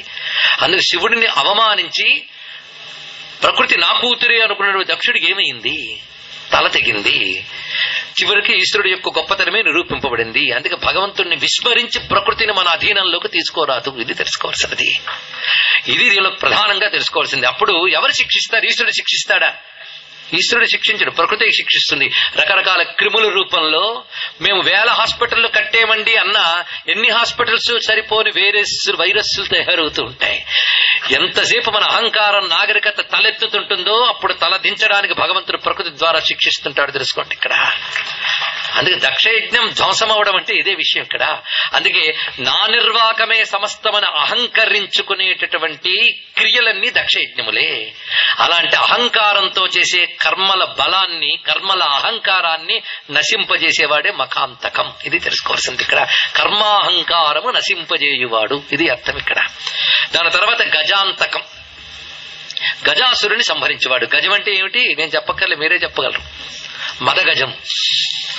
మదించిన గజానికి ఒళ్ళుపై తెలియదండి. అలాగే కొన్ని చేరితే మదం వస్తుందటండి. ఏమిటంటే ఐశ్వర్యం. ఐశ్వర్యం బాగా ఉంటే అమ్మ దేవుడేంటమ్మా నాన్ సెన్స్ వై అంటూ ఉంటారు, ఎందుకంటే అది ఐశ్వర్య మదం. రెండవది యవ్వన మదం. యవ్వనంలో ఒకటి ధర్మం పట్ట దేవుడు పట్టాడు, యవ్వన మదం. మూడవది అధికార మదం. నిన్నటి వరకు మామూలు వాడి ఇవాళ అధికారం వచ్చిందిగా మదం వస్తుంది, కొమ్ములు వస్తాయి. ఇలాగ ధనమదం, అధికార మదం, ఐశ్వర్య మదం, యవ్వన మదం. ఈ 4 మదాలు వచ్చి తనను మించిన వాడు లేడనుకుని పరతత్వం గురించి ఆలోచించకుండా తిరిగితే అదే ఏనుగు. ఈ గజాంతకం మదం. ఆ మదాన్ని అణచివేస్తుంది భగవద్ ఉపాసన. అది తెలుసుకోవాల్సింది గజాంతకం. తర్వాత అంధకాంతకం. అంధకుడు అను రాక్షసుడు ఉండేవట. అంధకుడు అంటే ఏంటో తెలుసా? గుడ్డివాడు. ఎవడైనా ఏ తల్లైనా కూతురికి అంధకుడు గుడ్డివాడిని పేరు పెట్టుకుంటుందండి. ఎంత ముద్దెక్కువైపోతే మాత్రం. అంటే పురాణ కథలు సజెస్టివ్ అని తెలుసుకోవాలి. ఇవి సజెస్టివ్. కానీ అంధకుడు అంటే అర్థం గుడ్డితనము. గుడ్డితనం అంటే ఏంటో తెలుసా? బయట చీకటి ఉందనుకోండి, వస్తువును తెలుసుకోలేదనుకోండి, మీ తప్పు కాదు, బయట చీకటి తప్పు. బయట వెలుగున్నా తెలుసుకోలేకపోయినాడు మన తప్పు. గుడ్డితనము అంటే చుట్టూ అంత స్పష్టమైన ఈశ్వర జ్ఞానం ఉన్నా గ్రహించలేని అజ్ఞానము. అది తెలుసుకోవాల్సింది ఇక్కడ. ఆ గుడ్డితనం, అజ్ఞానం అది పోవాలంటే ఇక్కడ అంధకాంతకం. ఎప్పుడైతే ఇప్పుడు మళ్ళీ రండి, స్మరాంతకం, పురాంతకం, భవాంతకం, మఖాంతకం, గజాంతకం, అంధకాంతకం. ఎప్పుడైతే జరిగిపోయిందో ఇంకా నువ్వు మరణం అనే దాన్ని దాటిపోయి మరణం లేని మోక్షాన్ని పొందుతావు కనుక అంతకాంతకం. ఇది మొత్తం చెప్పాడు ఇక్కడ. కనుక చావు పుట్టుకల మధ్యలో జీవుడికి కలిగే రకరకాల వికారాలు, కర్మాహంకారాలు, మదాలు, వీటన్నిటినీ కూడా ఈశ్వర ఉపాసన వల్ల మనం తొలగించుకుంటున్నాం. ఇప్పుడు మనం ఆలోచించండి, ఈ శ్లోకం కేవలం తకతకలు, చెదచెదలు, ధిమిధిములు శ్లోకం కాదు.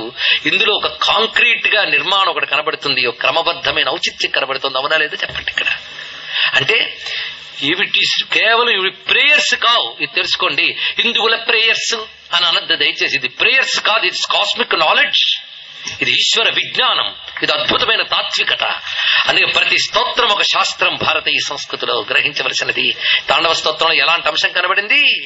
స్మరాంతకం, పురాంతకం, భవాంతకం, మఖాంతకం, గజాంతకం, ధకాంతకం, తమంతకాంతకం భజే. అర్థమైనట్టు కానట్టు అనిపిస్తే చక్కగా స్తోత్రం కంఠస్థ పెట్టండి, ఎప్పటికైనా అవుతుంది. చాలా సంతోషం. జయత్వదభ్ర విభ్రమ భ్రమద్భుజంగమశ్వసత్ వినిర్గమత్ క్రమస్ఫురత్ కరాళ ఫాల హవ్యవాట్ ధిమిధ్వనన్ మృదంగ తుంగ మంగళ ధ్వనిక్రమ ప్రవర్తిత ప్రచండ తాండవ శివ. పరమేశ్వరుడు నాట్యం ఎలా సాగుతోందంటే జయత్వదభ్ర విభ్రమ భ్రమద్భుజంగమశ్వసత్.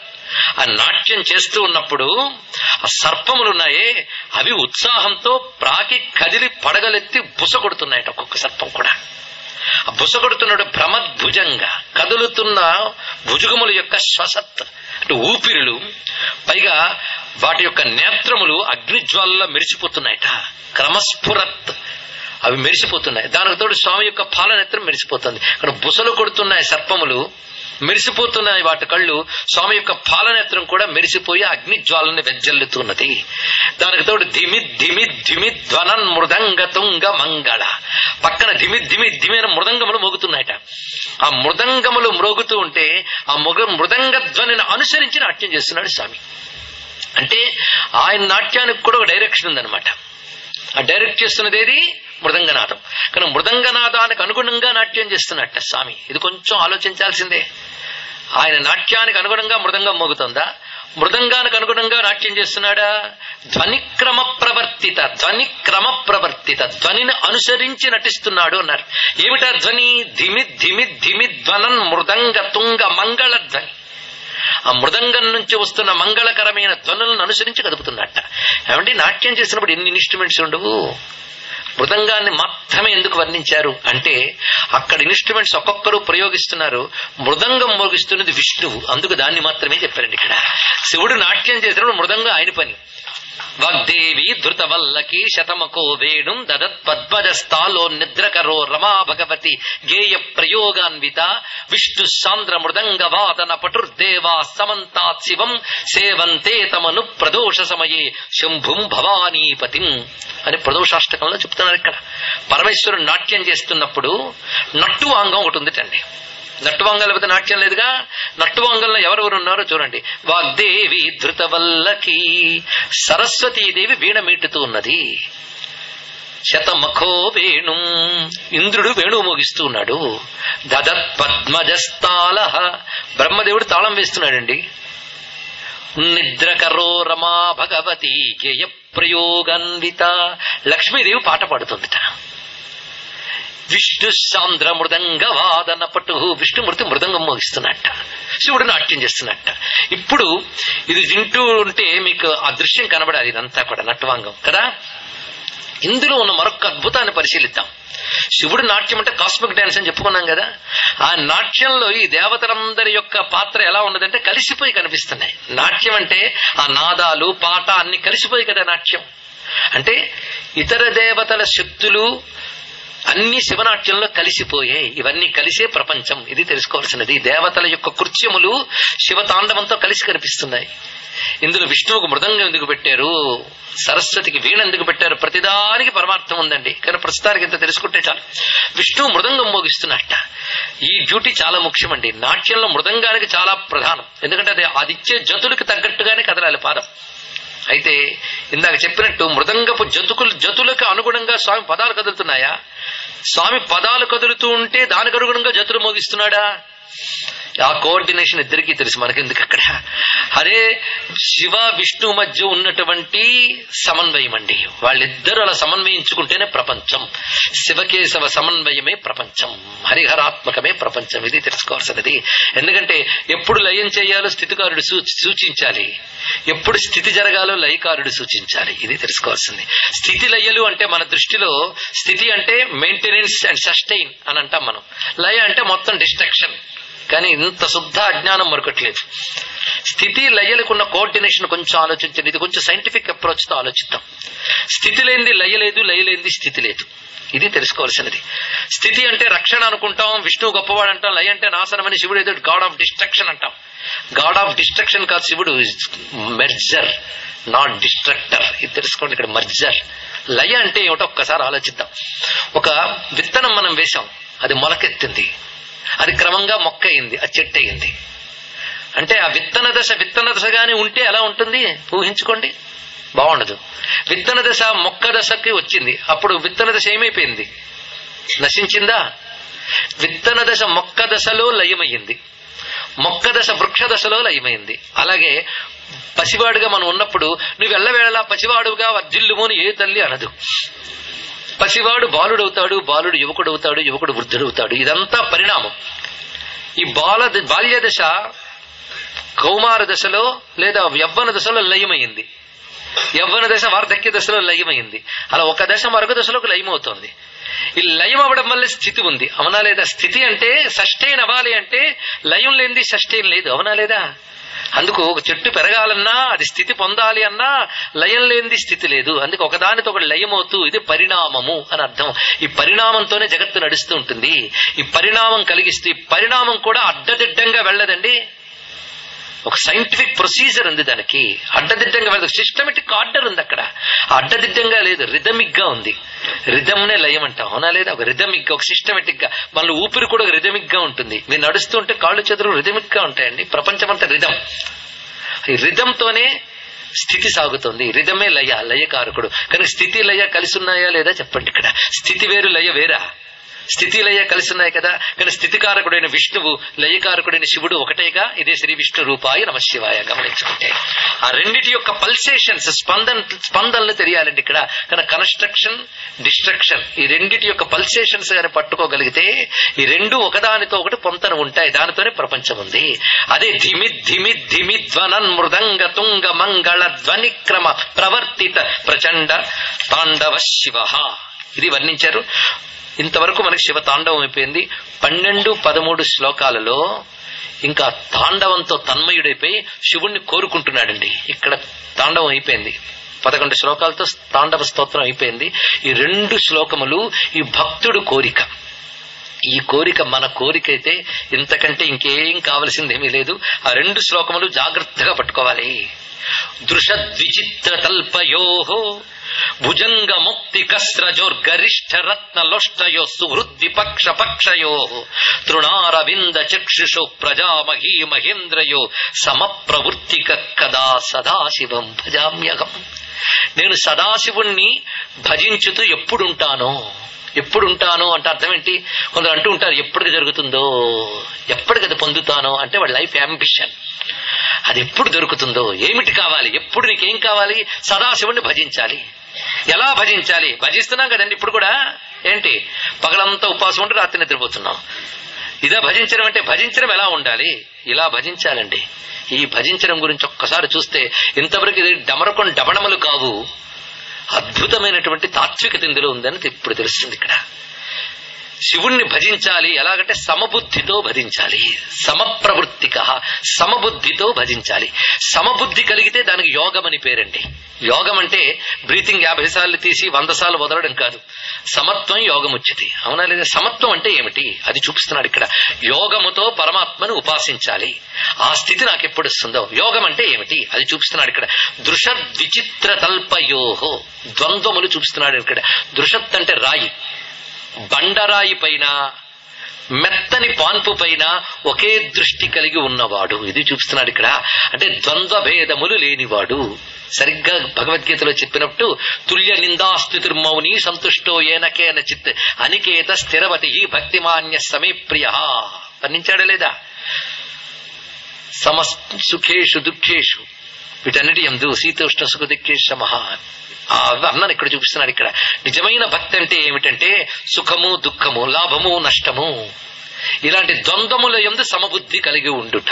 అది అంతేగాని ఇవాళ ఏదో మనకి కాస్త 10 రూపాయలు తగ్గానే ఇంత దేవుణ్ణి కొరుచుకున్నాను ఎందుకు ఇలా చేసాడండి అనే వాళ్ళకి భక్తి అర్థం కాదండి. ఇక్కడ దేవుడి మీద కంప్లైంట్ చేసే వాళ్ళకి ఇది అర్థం కాదు.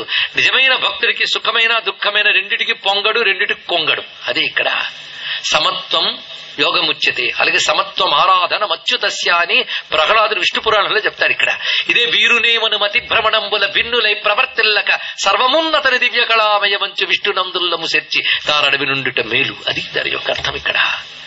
అందుకు ఎటువంటి స్థితి నాకు కలగాలి, భగవద్భావన భక్తి నాకు ఎలాంటి భక్తి కావాలంటే ద్వంద్వములకు చలించని స్థితిలో శివుణ్ణి భజిస్తూ ఉన్న స్థితి నాకెప్పుడు లభిస్తుందో కదా అంటున్నాడండి. ఆ స్థితి కావాలి. ఆ స్థితి వస్తే అదే మోక్షం, దానివల్ల ఇంకేదో మోక్షం లేదు. ఇక్కడ ద్వంద్వాతీత స్థితి కావాలి. ఇదే ద్వంద్వాతీత స్థితినే భగవద్గీతకారుడు 3 మాటల్లో చెప్పాడు. స్థిత ప్రజ్ఞుడు, పరాభక్తుడు, త్రిగుణాతీతుడు అని 3 శబ్దములు చూపించాడు ఇక్కడ. స్థితప్రజ్ఞుడు కూడా ఈ విధంగానే ఉంటాడు అని మనకి 2వ అధ్యాయంలోనే వివరంగా చూపించడం జరుగుతున్నది కదా. ఎలా ఉంటాడు అంటే దుఃఖేష్వనుద్విగ్నమన సుఖేషు విగత స్పృహ వీతరాగ భయ క్రోధ స్థిత ధీర్మునిరుచ్యతే. చదువుకున్నాం కదా. దుఃఖములు కలిగినప్పుడు కుంగిపోయేవాడు, సుఖాలు కలిగినప్పుడు పొంగిపోయేవాడు కాకుండా సమబుద్ధి కలిగిన వాడెవడో వాడు స్థితప్రజ్ఞుడు అన్నారా. మరి భక్తి యోగంలో ఏం చెప్తున్నారు ఇక్కడ? శీతోష్ణ సుఖ దుఃఖేషు సమస్తంగా వివర్జిత అని చెప్తున్నాడు ఇక్కడ. వాడు యోగి. ఆ యోగ స్థితికి చేరుకుని ఎవడైతే భగవంతుడిని ఆరాధిస్తాడో వాడు ధన్యుడండి. ఆ స్థితిలో భగవంతుడు తప్ప అన్యం పట్టదు. ఈ రెండు పట్టినంతసేపు భగవంతుడు పట్టడు. మీరు ఆలోచించండి, మన సుఖదుఖాల కోసం కొట్టుమిడుతాడుతున్నప్పుడు భగవంతుడిని ధ్యానించమన్నాం అనుకోండి, ముందు ఆయన గుర్తు రాగానే నాకు ఈ కోరిక తీరుతుందా లేదా అంటాం. అప్పుడు ఫస్ట్ గుర్తొచ్చింది ఏది? కోరిక, భగవంతుడు కాదు. దుఃఖం తొలగించమని అడిగేటప్పుడు ముందు పట్టింది దుఃఖం, తర్వాత భగవంతుడు. సుఖం కలిగించమన్నప్పుడు ముందు సుఖం. కనుక సుఖం కావాలంటే సుఖం పడుతోంది, దుఃఖం తొలగాలంటే దుఃఖం పడుతోంది. కానీ భగవంతుడు పట్టట్లేదే. రెండికి దాటిపోయిన స్థితిలోనే భగవంతుడు తన స్వచ్ఛ స్వరూపంతో మనకు గోచరమవుతాట. అందుకే ఇక్కడ అడుగుతున్న శ్లోకం దృషద్విచిత్ర తల్పయోహో అంటే రాతి యందు మెత్తని పరుపుల యందు కూడా సమబుద్ధి కలిగి శివుని భజించే యోగము నాకెప్పుడు వస్తుందో కదా అన్నాడు. ఇక్కడ దీని అర్థం ఏమిటి అనగానే మీరు పరిశీలించవలసింది రాయైనా పరుపైనా ఒకటే అని అంటున్నాడు. అంటే అర్థం నాకు పరుపులొద్దు రాతులొద్దు అని చెప్పడం కాదు. నా కర్మ కొద్దీ నా జీవితంలో ఏదో ఒకటి వస్తూ ఉంటుంది. సుఖము వస్తుంది, దుఃఖము వస్తుంది. ఏదొచ్చినా చలించకుండా భగవంతుని యందు ఉండే మనస్సు రావాలి. ఇది దీని యొక్క ఉద్దేశం. దీని మనం వద్దన్న రెండు వస్తుంటాయండి. ఇప్పటి వరకు ఎందరో సుఖాలు కోరుకుని చేశారు. ఏమంటే భగవంతుని నమ్ముకున్నాను కానీ కష్టాలు తప్పట్లేదండి అని. కష్టాలు లేనివాడెవడో చెప్పండి. ఇక్కడ కష్టాలు సుఖాలు పార్ట్ ఆఫ్ లైఫ్. కానీ ఎప్పుడు వాటినే చూస్తూ ఉంటే నువ్వు భగవంతుడిని ఎప్పుడు చూస్తావు? కనుక రెండింటికి చలించని మనస్సెమ్మని అడుగు. అది చెప్తున్నాడు ఇక్కడ. ద్వంద్వాతీత ప్రవృత్తి కావాలయ్యా.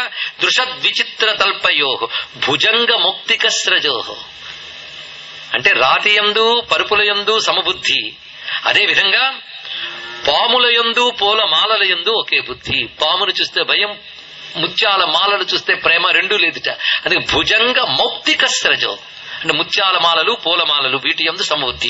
గరిష్ఠ రత్నలోష్టయోహో రాతి యందు మట్టి యందు రత్నములందు ఒకే దృష్టిట. ఇదే సమలోష్టాస్మ కాంచన అని అంటారు ఇక్కడ. అంటే బంగారం చూసినా మట్టి చూసినా ఒకేలా. మనము మట్టిలో మెరిసిపోతుందంటే భగవంతుడు పక్కపోతాడు ముందు. అది అందరూ ఉపన్యాసం వింటున్నారండి. ఈ మట్టికి ప్రమాదం లేదు కానీ మన ఆడిటోరియంలో ఫ్లోరింగ్ చేసి ఉంచుతారు కదా, అందరూ ఉపన్యాసం వింటుంటే పాపం ఎవడో జేబులో చిల్లర పడింది కింద, అందరూ దృష్టి టపీమని వెనక్కి తిరిగింది. అదే ఆకర్షణ అండి. కాంచనం సామాన్యం కాదు. అక్కడ అంత శివుడు పక్కకు పోయాడు. ఆ నాదం చాలా బాగుంది, సహజం అది. ఎందుకంటే కాంచన మోహం ఇది జయించడం మహా కష్టం. ఇక్కడ ఆ సమలోష్టాస్మ కాంచన సమబుద్ధి అది చెప్తున్న. గరిష్ఠ రత్నలోష్టయో సుహృద్ విపక్ష పక్షయో సుహృత్తు విపక్ష పక్షం. సుహృత్ అంటే మిత్రులు, విపక్షం అంటే శత్రువులు. శత్రుమిత్రుల యందు సమశత్రువు చ మిత్రే చ తథా మానావమానయో భగవద్గీత చూడండి. అని శత్రుమిత్రుల యందు తృణ అరవింద చక్షుషోహో పద్మాల వంటి నేత్రాలు కలిగిన సౌందర్య రాశులు గడ్డిపాచలు. ఈ రెండిటి యందు సమబుద్ధి ఉండుట. అది చూడండి ఇక్కడ. అంటే గడ్డిపోచ ఎంతో సౌందర్యాలు అంతే. రెండిటి యందు సమబుద్ధి. ఆకర్షణ వికర్షణ లేని స్థితి. అది హేయోపాదేయ వర్జిత. ఇది మాట. ఇది కావాలని గాని ఇది అక్కర్లేదు గాని రెండూ లేదు. ఇది కావాలి అంటే దాని మీద దృష్టి ఉందని, ఇది అక్కర్లేదు అంటే ఇది అక్కర్లేదు అంటే ఇదే అని ఒకటి పట్టిందిగా నీకు, కనుక అది ఉందనే అర్థం ఇక్కడ. కనుక యోగికి అక్కర్లేదు కావాలి రెండూ ఉండవు, రెండూ మిథ్యలే. సత్యమేదో దాని ఎందుకు నిలబడతాట. మొత్తం వేదాంతం ఈ శ్లోకంలో ఉంది చూడండి. ఇప్పుడు ఒక్కటి అర్థమైతే చాలు. ఏమనంటే ఇంతవరకు తాండవ స్తోత్రం అంటే డబా డబా అని శివుడు ఊగిపోతూ ఉండడం మన సినిమాల్లో వాటిల్లో చూపించినప్పుడు కాదయ్యా బాబు, ఇది పూర్తిగా ద్వంద్వాతీత స్థితికి కలిగిన ఒకానొక ఉపనిషత్ రహస్యం ఇప్పుడు తెలిసింది కదా. ఒక్క శ్లోకంలో ద్వంద్వాతీత స్థితిలో కూడినటువంటి స్థిత ప్రజ్ఞ లక్షణాన్ని చెప్తున్నాడు. ఆ స్థితి నాకు ఎప్పుడు వస్తుందో కదా అని అడుగుతున్నాడు ఇక్కడ. అది మొత్తం మీద తాండవ స్తోత్రం రచించిన వాడి కోరిక ఏమిటి? ద్వంద్వాతీత స్థితిలోకి వెళ్లి తదేకముగా తాదాత్మ్యముగా శివునితో ఐక్య భావన, తన్మయీ భావన పొందడమే భక్తుడి కోరికండి. కనుకనే శివతాండవ స్తోత్రకర్త వాంఛ ఇది. ఎంత గొప్ప వాంఛ చూడండి. మళ్లీ ఈ శ్లోకం చదివితే తెలిసిపోతుంది. దృషద్విచిత్ర తల్పయోహో రాతియందు పరుపుయందు భుజంగ మౌక్తిక స్రజోహో పాములయందు రత్నాల మాలలయందు గరిష్ఠ రత్న లోష్టయోహో రత్నమునందు రాతియందు మట్టియందు సుహృద్విపక్ష పక్షయో శత్రువునందు మిత్రులందు తృణ అరవింద చక్షుషోహో గడ్డిపోచలయందు సౌందర్య రాసులయందు ప్రజామహీ మహీంద్రయోహో సామాన్యులయందు ప్రభువులయందు. చూడండి, ఎవడైనా ఒకడు వచ్చినప్పుడు గుమ్మం దగ్గర ఉంటే వస్తాడండి వాడే అంటాం. ఎమ్మెల్యే గారు వచ్చారండి మొత్తం లేస్తారు. ఇది అలా కాకుండా ప్రజామహి మహేంద్రయో సామాన్యుని యందు ప్రభువునందు. ఎందుకంటే ఎవడవసరం లేనప్పుడు ఎవడికి మాత్రం మనం పరుపులు భరుస్తామండి ఇక్కడ. అందుకు ప్రజామహి మహేంద్రయోహో ఈ ద్వంద్వములకు లొంగిపోకుండా సమప్రవృత్తిక అసమత్వ స్థితిలో ఉంటూ కదా సదాశివం భజామి, ఎప్పుడు ఆ శివుణ్ణి భజిస్తానో కదా అన్నాడు ఇక్కడ. కదా సదాశివం భజామి, కదా సదా శివం భజామి, ఎల్లవేళలా ఆ శివుణ్ణే ద్వంద్వాటి స్థితిలో భజించే యోగం ఎప్పుడు వస్తుందో కదా అని అడుగుతున్నాడు. ఈ యోగం రావాలండి, అది ఎప్పుడు వస్తుందో కదా అనే మాటలోనే అది రావాలి, అదే రావాలి. కానీ తెచ్చుకునే శక్తి లేకపోతుంది, ఎప్పుడు వస్తుందో అని తపన కనబడుతుందండి ఇక్కడ. ఈ శ్లోకం అంత అద్భుతమైన శ్లోకం. ఆర్తిని గమనించాలి ఇక్కడ. మరొక ఆకాంక్ష చివరి శ్లోకంలో చూపిస్తున్నాడు. కదా, కదా అంటే ఎప్పుడో, మన తెలుగు కదా కాదు, సంస్కృతం కదా.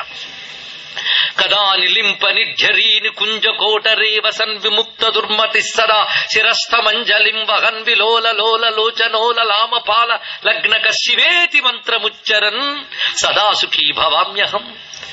నాకు ఈ యోగం ఎప్పుడు వస్తుందని అడుగుతున్నాడు. ఏ యోగమో చూడండి. ఒక్కసారి అందరం కళ్ళు మూసుకుని భావనతో వెళ్ళిపోవచ్చు. కళ్ళు మూసుకుని అన్నాగానే ఎక్కడికో వెళ్ళొద్దు. జాగరణ చేసినప్పుడు కళ్ళు మూసుకోమంటే ప్రమాదంట. ఎందుకంటే ఒట్టప్పుడు 12 గంటలకు పట్టే నిద్ర ఇవాళ 6 నుంచే వస్తూ ఉంటుంది. అది బాధాకరం. ఒక్కసారి భావనతో ఎక్కడికి వెళ్ళొచ్చో చూడండి చూపిస్తున్నారు. కదా నిలింప నిర్జరి నికుంజ కోట రేవసన్, అద్భుతమైన గంగానది ప్రవహిస్తోంది. నిలింప నిర్జరి, ఆ గంగానది ఒడ్డున అందమైన వృక్షములు, బిల్వ వృక్షములు మొదలైనవన్నీ ఉన్నాయి. అలాంటి ఒత్తైనటువంటి వృక్షములు, పొదలు, వాటి దగ్గర కూర్చొని, ఎక్కడ గంగానది ఒడ్డున అందమైన వృక్షఛాయలలో కూర్చొని ఒక్కసారి ధ్యానం చేయాలట. ఆ ధ్యానం ఎలా చేయాలో చూసారా? విముక్త దుర్మతి, అద్భుతమైన మాట అండి ఇక్కడ. దుర్బుద్ధులన్నీ విడిచిపెట్టి, ఇప్పుడు చెప్పండి, ఇది రావణాసురుడు రాశాడనే విషయం మర్చిపోయామా లేదా? విముక్త దుర్మతి, ఇది చాలా ముఖ్యమైన అంశం. నేను కోరుకుంటున్నది ఏమిటి?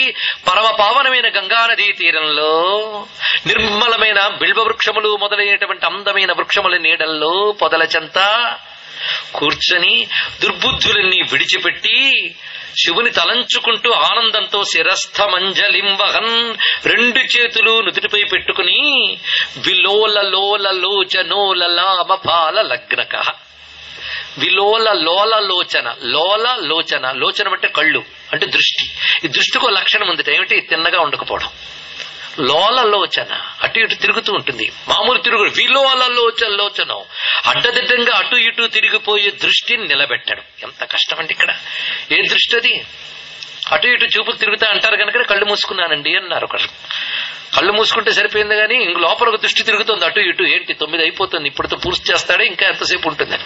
విలోల లోల లోచనం వెళ్ళిపోతూ ఉంటుంది అప్పుడే. అలా అటు ఇటు చెదిరిపోతున్న దృష్టిని నిలపాలి. అది ఇక్కడ.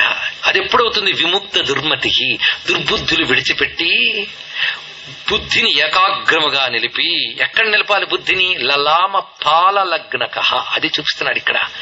నుదుట యందు దృష్టిని ఏకాగ్రము చేసి, ఇది నాసాగ్ర దృష్టి అని గీతలో స్వామి చెప్పినట్లుగా ధ్యానాన్ని ఇక్కడ వర్ణిస్తున్నాడు. భగవద్ ధ్యానం ఎలా ఉండాలి?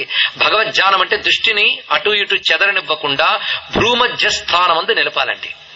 భ్రూమధ్య స్థానమందు దృష్టిని నిలిపి దుర్బుద్ధులేవి మనస్సులో లేకుండా శివుని ధ్యానిస్తూ ఆ ఆనంద పారవశ్యంతో 2 చేతులు తలపై పెట్టుకుని ఆనందంతో శివుణ్ణి భ్రూమధ్యంలో ధ్యానిస్తూ తాదాత్మ్యాన్ని శివాని అరుస్తూ రోజులు ఎప్పుడు గడుపుతానో కదా అని అంటున్నాడు ఇక్కడ. ఇలా రోజులు గడిస్తే చాలట. గంగా నదీ తీరంలో చెట్ల నీడలో కూర్చొని భ్రూమధ్యంలో దృష్టిని నిలిపి శివధ్యానం చేస్తూ శివ పారవశ్యంతో శివా మహాదేవా అని అంటూ కాలం గడిపే యోగం నాకెప్పుడు వస్తుందో కదా అన్నాడు. ఈ 2 కోరుకున్నాడండి ఇక్కడ. ఒకటి సమబుద్ధితో పరమాత్మని ధ్యానించడం, దుర్బుద్ధులు లేకుండా ధ్యానమునందు ఏకాగ్రతని సాధించి ఆ ఏకాగ్రతతో శివుని యందు తాదాత్మ్యం చెంది ఆ తాదాత్మ్యంతో శివాని ఆనందిస్తూ. ఎందుకంటే మహానుభావులు దేవతలందరూ కలిసి ఒకప్పుడు అగస్త్య మహర్షి కోసం వెళ్ళేట కాశీక్షేత్రానికి. వెతుక్కుంటూ వెళుతున్నారు అగస్త్యుడు ఎక్కడుంటారా అని. వెళ్ళేటప్పటికీ అద్భుతమైనటువంటి గంగానది, ఆ గంగానది ఒడ్డున బిల్వవనం, ఆ బిల్వవనంలో ఆశ్రమం. కానీ బిల్వవృక్షం కింద శివుడికి పూజ చేసి పూజంతా పూర్తయ్యాక శివుణ్ణి తలంచుకుంటూ ఉన్నట్టు ఇక్కడ. అవధానంబునప్పటప్పటికి భక్త్యావిష్టుడై భవ కాశీధవ నీలకంఠ మదన ధ్వంసీ క్రతుధ్వంసక. పూజ చేస్తూ ఆనందంతో భవ కాశీధవ శివ అంటూ అరుస్తున్నట్ట మహానుభావుడు ఇక్కడ. అలాంటి జాహ్నవీ సవిధ శ్రీఫల వృక్షవాటమున భస్మస్నాన శుద్ధాంగుడై భవ కాశీధవ నీలకంఠయనుచున్ భావించు భవ్యాత్ముని. ఎలాంటి వారిని చూశారయ్యా అంటే ఆ బిల్వవృక్ష నీడలో కూర్చొని పరమశివుని ధ్యానిస్తూ ఆనంద పారవశ్యంతో ధ్యానంలో తాదాత్మ్యం చెందగానే భగవంతుడు ఎదురుగా ఉన్నట్టే భావిస్తూ చుట్టూ ఎవరున్నారో గమనించకుండా శివ మహాదేవ భవ అని అరుస్తున్న అగస్త్య మహర్షిని దేవతలు చూసి నమస్కరించారు అని వర్ణించారండి శ్రీనాథుడు. ఆ యోగం మనకు లభించాలి. అందుకే ఎక్కడది గంగా నదీ తీరంలో అంటే ఎక్కడ వారణాసి. ఆ వారణాసిలో కూర్చొని శివునే ధ్యానించాలి అన్నాడు. వారణాసిని ఎక్కడైనా పెట్టాడా? గంగ అంటే నేను అన్నాను మీరు అనిడిదే గాని గంగా నది అన్నాడు కానీ వారణాసి అన్నాడండి? హరిద్వార్ అన్నాడా? ఋషికేశ్ అన్నాడా? ఏది అనలేదు. గంగా నది అంటే ఏది అనవచ్చుగా? కాదు, కాశీ. ఎందుకంటే లలామ పాల లగ్నక అది చెప్తున్నాడు ఇక్కడ. నుదుట యందు దృష్టిని నిలిపి, ఇది భూమధ్య క్షేత్రాన్ని కాశీ అంటారు. ఇది తెలుసుకోవాలి. ఇక్కడ మన శరీరంలో కాశీ జ్యోతిర్లింగ స్థానం నుదురు, సరిగ్గా భూమధ్య స్థానం ఆజ్ఞాచక్రం. అక్కడ దృష్టిని జ్యోతిర్లింగాన్ని ధ్యానించాలి. అక్కడ దృష్టిని నిలిపి జ్యోతిర్లింగాన్ని గాని శివుని మూర్తిని గాని ధ్యానించవలసిన చోటు ఇది. ఎవరైనా తమ ఇష్టదేవతని ధ్యానించవలసిన చోటు ఇది.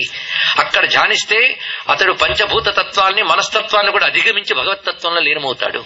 ఇదే మనకి శ్రీ విద్యా సంప్రదాయంలో న్యాసం చేసేటప్పుడు బిందు స్థానాన్ని భూమధ్య స్థానం దగ్గర న్యాసం చేస్తారు. అప్పుడు మన సహస్రాల్లో ఉన్న అమ్మవారిని పొందవచ్చు. అక్కడ బిందు స్థానం అంటే జ్యోతిర్లింగ స్థానమే, అదే శివలింగం. ఇది తెలుసుకోవాల్సినది. అంటే గంగా నదీ తీరంలో కూర్చొని ఆజ్ఞాచక్రమనందు దృష్టి నిలిపి శివుని ధ్యానిస్తూ శివేతి మంత్రముచ్చరన్ సదా సుఖీ భవామ్యహం.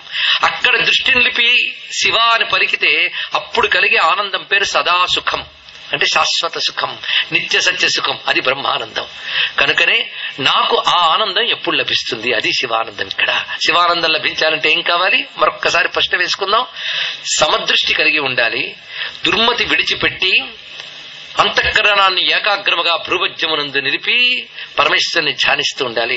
ఇప్పుడు గంగ ఒడ్డున కూర్చున్నామా లేదా చెప్పండి. ఈ శ్లోకం శ్రద్ధగా విన్న వాళ్ళందరూ గంగ ఒడ్డుకి వెళ్ళిపోయారు. చాలదు, వెళ్లి భావన చేస్తే తప్పకుండా లభిస్తున్నది. కానీ ఇంత తాండవ స్తోత్రంలో చివరి 2 శ్లోకాల్లో తాండవం వర్ణించలేదు. నటరాజు రూపాన్ని వర్ణించి, ఓ నటరాజా నిన్ను ధ్యానిస్తున్నాను, నువ్వు సంపదలిద్దువుగాక, శుభమును విస్తరింపజేయుదువుగాక, ఆపదలను తొలగింతువుగాక. ఇవన్నీ కావాలి వద్దన్న గాని అసలు నా ప్రయోజనం ఏమిటి అంటే సమదృష్టి కలిగి నిన్నే ధ్యానిస్తూ దృష్టిని చెదరనియ్యకుండా ఏకాగ్రముగా తలంచుకుని తరించే భాగ్యమీయవయ్యా అని అడుగుతున్నాడు ఇక్కడ. ఇది శివతాండవ స్తోత్రం సంపూర్తయినది. మొత్తం 13 శ్లోకాలు భాగ్యవశాత్తు చెప్పుకున్నాం. ఈ మంహి నిత్యమేవ ముక్తముత్తమోత్తమం స్తవం. మొత్తానికి ఇది ఉత్తమోత్తమైన స్తవం. ఎంతకంటే గొప్ప స్తోత్రం మరొకటి లేదుటండి అని ప్రతి స్తోత్రంలో చెప్తూ ఉంటారు. అంటే అర్థం ఏంటి? ఆ ఒక్కట్టు పట్టుకున్నా తరించిపోతామని. ఇక్కడ ఉత్తమోత్తమైన స్తోత్రాన్ని ఏమండి మీరైతే చదివారు, మేమేం చేయాలి? పఠన్ స్మరన్ బ్రువన్ నరో విశుద్ధిమేతి సంతతం. దీన్ని పఠించినా స్మరించినా పలికినా, ఇప్పుడు చెప్పిన దాన్ని గుర్తు చేసుకున్నా చాలుట. ఏమొస్తుందయ్యా అంటే మనస్సు శుద్ధమవుతుంది. చాలదా, ఇంకేం కావాలండి? అంతేకాదు హరే గురౌ సుభక్తి మాసుయాతి నాణ్యధయా గతిం. శివుని యందు గురువు యందు వెంటనే భక్తి కలుగుతుందట. ఇది కావాల్సింది ఇక్కడ. అంటే శివతాండవ స్తోత్రం చదివితే ప్రయోజనం ఏమిటి? శివునిపై గురువుపై భక్తి కలగాలటండి. ఇద్దరిపై ఒకే రకమైన భక్తి కలగాలి, అప్పుడు ముక్తిట. అంతేగాని శివభక్తుడినే గానీ గురువుకు పంగనామాలు పెడతారంటే శివుడు కూడా క్షమించాడు. ఇది తెలుసుకోవాల్సింది ఇక్కడ. ఎందుకంటే యస్య దేవే పరాభక్తి యథాదేవే తథా గురువుని కఠోపనిషత్తు చెప్పింది కదా. అని శివుని యందు భక్తి, భగవంతుని యందు భక్తి ఉండాలి. అంత భక్తి గురువునందు ఉండాలి. ఎందుకంటే అంత భగవంతుడిని చూపించిన వాడు వాడేగా.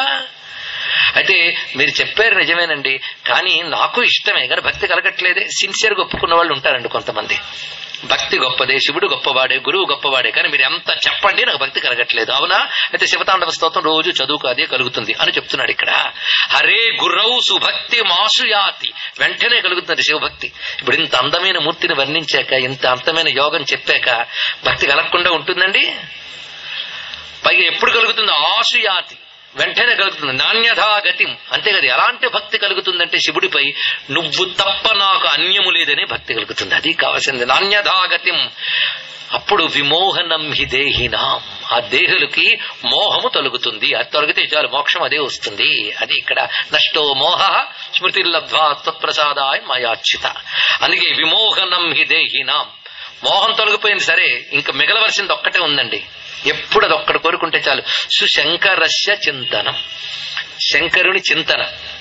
ఎందుకంటే మనిషికి ఏదో ఒక చింత ఉంటూ ఉంటుంది. చింత ప్రమాదం, చింతన చాలా మంచిది ఇక్కడ. అందుకు నిరంతరం చింతన. ఎవరి చింతన? శంకరస్య చింతనం. అది ఎలా ఉండాలి? మిక్కిలి గొప్పగా గట్టిగా ఉండాలండి. కనుకనే శివతాండవ స్తోత్రం చదివితే మనస్సు శుద్ధి ఏర్పడుతున్నది, శివునియందు గురువునందు భక్తి ఏర్పడుతున్నది, అనన్య భక్తి ఏర్పడుతూ ఉన్నది, మోహము తొలగుతూ ఉన్నది, శంకరుని చింతన దృఢంగా మిగులుతుంది. ఇంకేం కావాలి? ఇంకేం కావాలో ఆఖరి శ్లోకంలో చెప్తున్నాడు ఇక్కడ. పూజావసాన సమయే, మొదటి చదువుకున్నదే. పూజంతా పూర్తి చేసి ఈ శ్లోకాన్ని చదవాలి. ఇది దశవక్త్ర గీతం. శంభు పూజన పరం పఠతి ప్రదోషే. అలా చదివితే స్థిరమైన రథములు, ఏనుగులు, గుర్రములు లభిస్తాయి, లక్ష్మి లభిస్తుంది. బాగుంది. అవి సుముఖి అంటే అనుకూలంగా ఉంటాయి అన్నాడు ఇక్కడ. ఇది గొప్ప విషయం. లభించాలంటే అనుకూలంగా ఉండాలి. అదొకటి. ఐశ్వర్యాలు మనకు అనుకూలంగా ఉండాలి. ఇంటి నిండా ఐశ్వర్యం ఉంటుంది కానీ పెత్తనం నాది కాదండి అన్నాడు ఒక ఆయన. ఏం చేస్తాం? వాడికి అనుకూలంగా, వాడి అధీనంలో ఉండాలిగా. ఇంటి నిండా ఐశ్వర్యం ఉన్న వాడి పనికి రాకుండా పోతే ఎలా అండి? అందుకు అనుకూలంగా ఉండాలి. సుముఖి అనే మాట అంత గొప్ప విషయం. ఐశ్వర్యం ఉండాలి, అది నాకు అనుకూలంగా పనికొచ్చేలా ఉండాలి. ఇది కదా. అయితే ఇప్పుడు మన గుర్రాలు, ఏనుగులు వచ్చేయాలి కదా. ఇప్పుడు దీనికి ఇంకొక అర్థం, సరి అయిన అర్థం తీసుకోవాలి. వీటికి ఉపనిషత్ భాషలోకి వెళ్ళిపోదాం. రథ, గజేంద్ర, తురంగ, 3 మాటలు చెప్పాడు ఇక్కడ.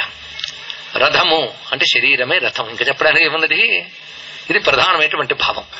అలాగే ఇక్కడ గజము అనే మాట కూడా ఒక్కొక్క సంపద కలిగి ఉండడానికి గజం అంటాం. అది కలిగి ఉండడం మంచిదే కానీ దుర్మదం కాకూడదు. కానీ అది ఒక మదం ఉండాలి అక్కడ. అది సమ్మదం కలిగి ఉండడం. అందుకే మదము అనే మాటను కూడా గజభావంతో తీసుకోవాలి ఇక్కడ. అందుకే గజము అంటే మనం ఈ దేహము యొక్క భావాన్ని గజం అంటాం. ఎందుకంటే ఏనుక్కున్నదంతా గొప్పది దేహమే, ఇంకోటి లేదు.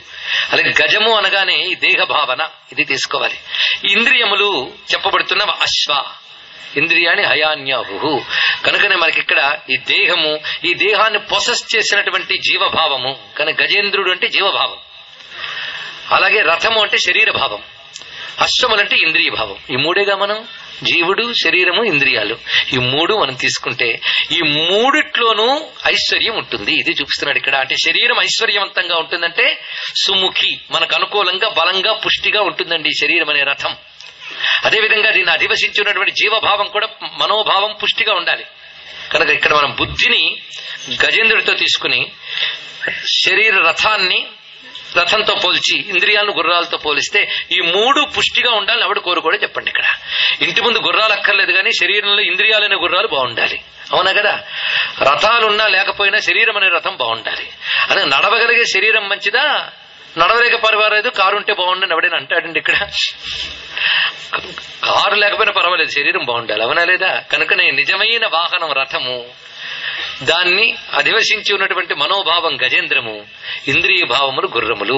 ఈ 3 కూడాను బ్రతికు ఉన్నంతకాలం సాధనకు అనుకూలంగా ఉండాలి. ఇది తెలుసుకోవాలి. రేపు ఉపనిషత్ పాఠం వింటానండి అన్నాడు ఈయన, చెప్తానండి అన్నాడు ఆయన. ఇద్దరికి కూడా అనారోగ్యాలు వచ్చి ఇంకేం పాఠం అండి? ఏదైనా సాధించాలంటే శరీరం ఆద్యం కలు. అవునా లేదా? వేదాంతం వినాలన్నా మోక్షం వినాలన్నా శరీరం బాగుండాలి. అది బాగుండాలి గనక ఏ నటరాజు శరీరంలో ఉండడం వల్ల ఈ శరీరం అంతా చైతన్యం అవుతున్నదో ఆ నటరాజుని ఆశ్రయిస్తున్నాను. ఆ నటరాజు వల్ల నాకు ఇంద్రియ పుష్టి లభించుగాక, మనోపుష్టి లభించుగాక, శరీర పుష్టి లభించుగాక, దానితో ఈ శరీరము రథము వలె చక్కగా గమ్యం వైపు ప్రయాణించుగాక, నా సాధనకు అనుకూలముగా ఉండేటట్లు ఈ శరీరాన్ని పరమేశ్వరుడు మలచుగాక. ఇది దీని యొక్క అర్థం అండి. అదే అయితే లక్ష్మీం సదైవ సుముఖీం, అది అక్కడ ఉన్నది. ఆ ఐశ్వర్యం మనకు సుముఖంగా ఉంటుంది. కనుక ఇంద్రియములు మనకు అనుకూలముగా భగవదున్ముఖంగా ప్రయాణించడానికి పనికి రావాలి. అందుకే శరీరం పనికి వచ్చేటట్టు ఎవరు చేయాలి? పరమేశ్వరుడు చేయాలి. ఎందుకు చేయాలి? అది ఆయన పంట. అందుకే సుముఖీం ప్రదదాతు శంభు, శుభాన్ని ఇవ్వడం ఎవడికి స్వభావమో వాడు ఈ పని చేయాలి అన్నారు ఇక్కడ. అందుకే నటరాజ స్తోత్రం చెప్పి ఈ శ్లోకం చివరికి చెప్పడంలో ఇంత అద్భుతమైన భావం ఉన్నది. ఇలాంటి శివతాండవ స్తోత్రాన్ని ఈ శివరాత్రి నాడు హాయిగా మనం చెప్పుకున్నాను. ఎంతసేపు చెప్పానో మర్చిపోయాను. ఎందుకంటే ఆలస్యం అవుతుందంటే శివరాత్రి కదండి పర్వాలేదన్నారు ఒక ఆయన. ఏం 12 వరకు అవుతుందా? అక్కర్లేదు. ఈ చెప్పింది 12 వరకు గుర్తు తెచ్చుకుంటే చాలు, లింగోద్భవ కాలం వరకు. అందుకే శివతాండవ స్తోత్రం ఎంత రమ్యమైన పదముల మాధుర్యమే కాకుండా భావన గాంభీర్యం అంత గొప్పగా ఉన్నది. భావముల్లో మీ కవిత్వపరమైన ఔచిత్యాలు, పొయిటిక్ బ్యూటీ కావలసినంత ఉంది. ఫిలసాఫికల్ బ్యూటీ ఇంకా చాలా కనిపిస్తుంది. కనుక తాత్వికమైన భావుకమైన ఇంత సౌందర్యాన్ని నిక్షిప్తం చేసిన అద్భుతమైన స్తోత్రం ఒక క్రమబద్ధంగా పేర్చబడి మొత్తం పంచదశి మంత్రంలో 15 శ్లోకాల్లో చక్కగా ఇమర్చబడి పూర్తయినది. ఇటువంటి శివతాండవ స్తోత్రాన్ని ఇంతమంది శివస్వరూపాలు ఎదురుగా కూర్చుని శివరాత్రి నాడు స్వామికి వినిపించి తరించాం. ఈ భాగ్యాన్ని కల్పించినందుకు ఈ సాకేత హిందూ ధార్మిక సంస్థ వారికి విశేషించిన కృతజ్ఞతలు తెలియజేసుకుంటూ స్వస్తి. స్వస్తి ప్రజాభ్య పరిపాలయంతాం న్యాయేన మార్గేణ మహిం మహిషాః గోబ్రాహ్మణేభ్యః శుభమస్తు నిత్యం లోకాః సమస్తాః సుఖినో భవంతు. నమః శివాయ సాంబాయ శాంతాయ పరమాత్మనే మృత్యుంజయాయ రుద్రాయ మహాదేవాయ తే నమః. యస్మాత్ సర్వం సముత్పన్నం జగమేతచ్చరాచరం ఇదం నమో నటేశాయ తస్మై కారుణ్యమూర్తయే. మూకం కరోతి వాచాలం పంగుం లంఘయతే గిరిం యత్కృపాతమహం వందే పరమానందతాండవం. పరమానందతాండవం శ్రీమద్రమారమణ గోవిందో హరి గోవింద. నమః పార్వతీపతయే. హర హర మహాదేవ్.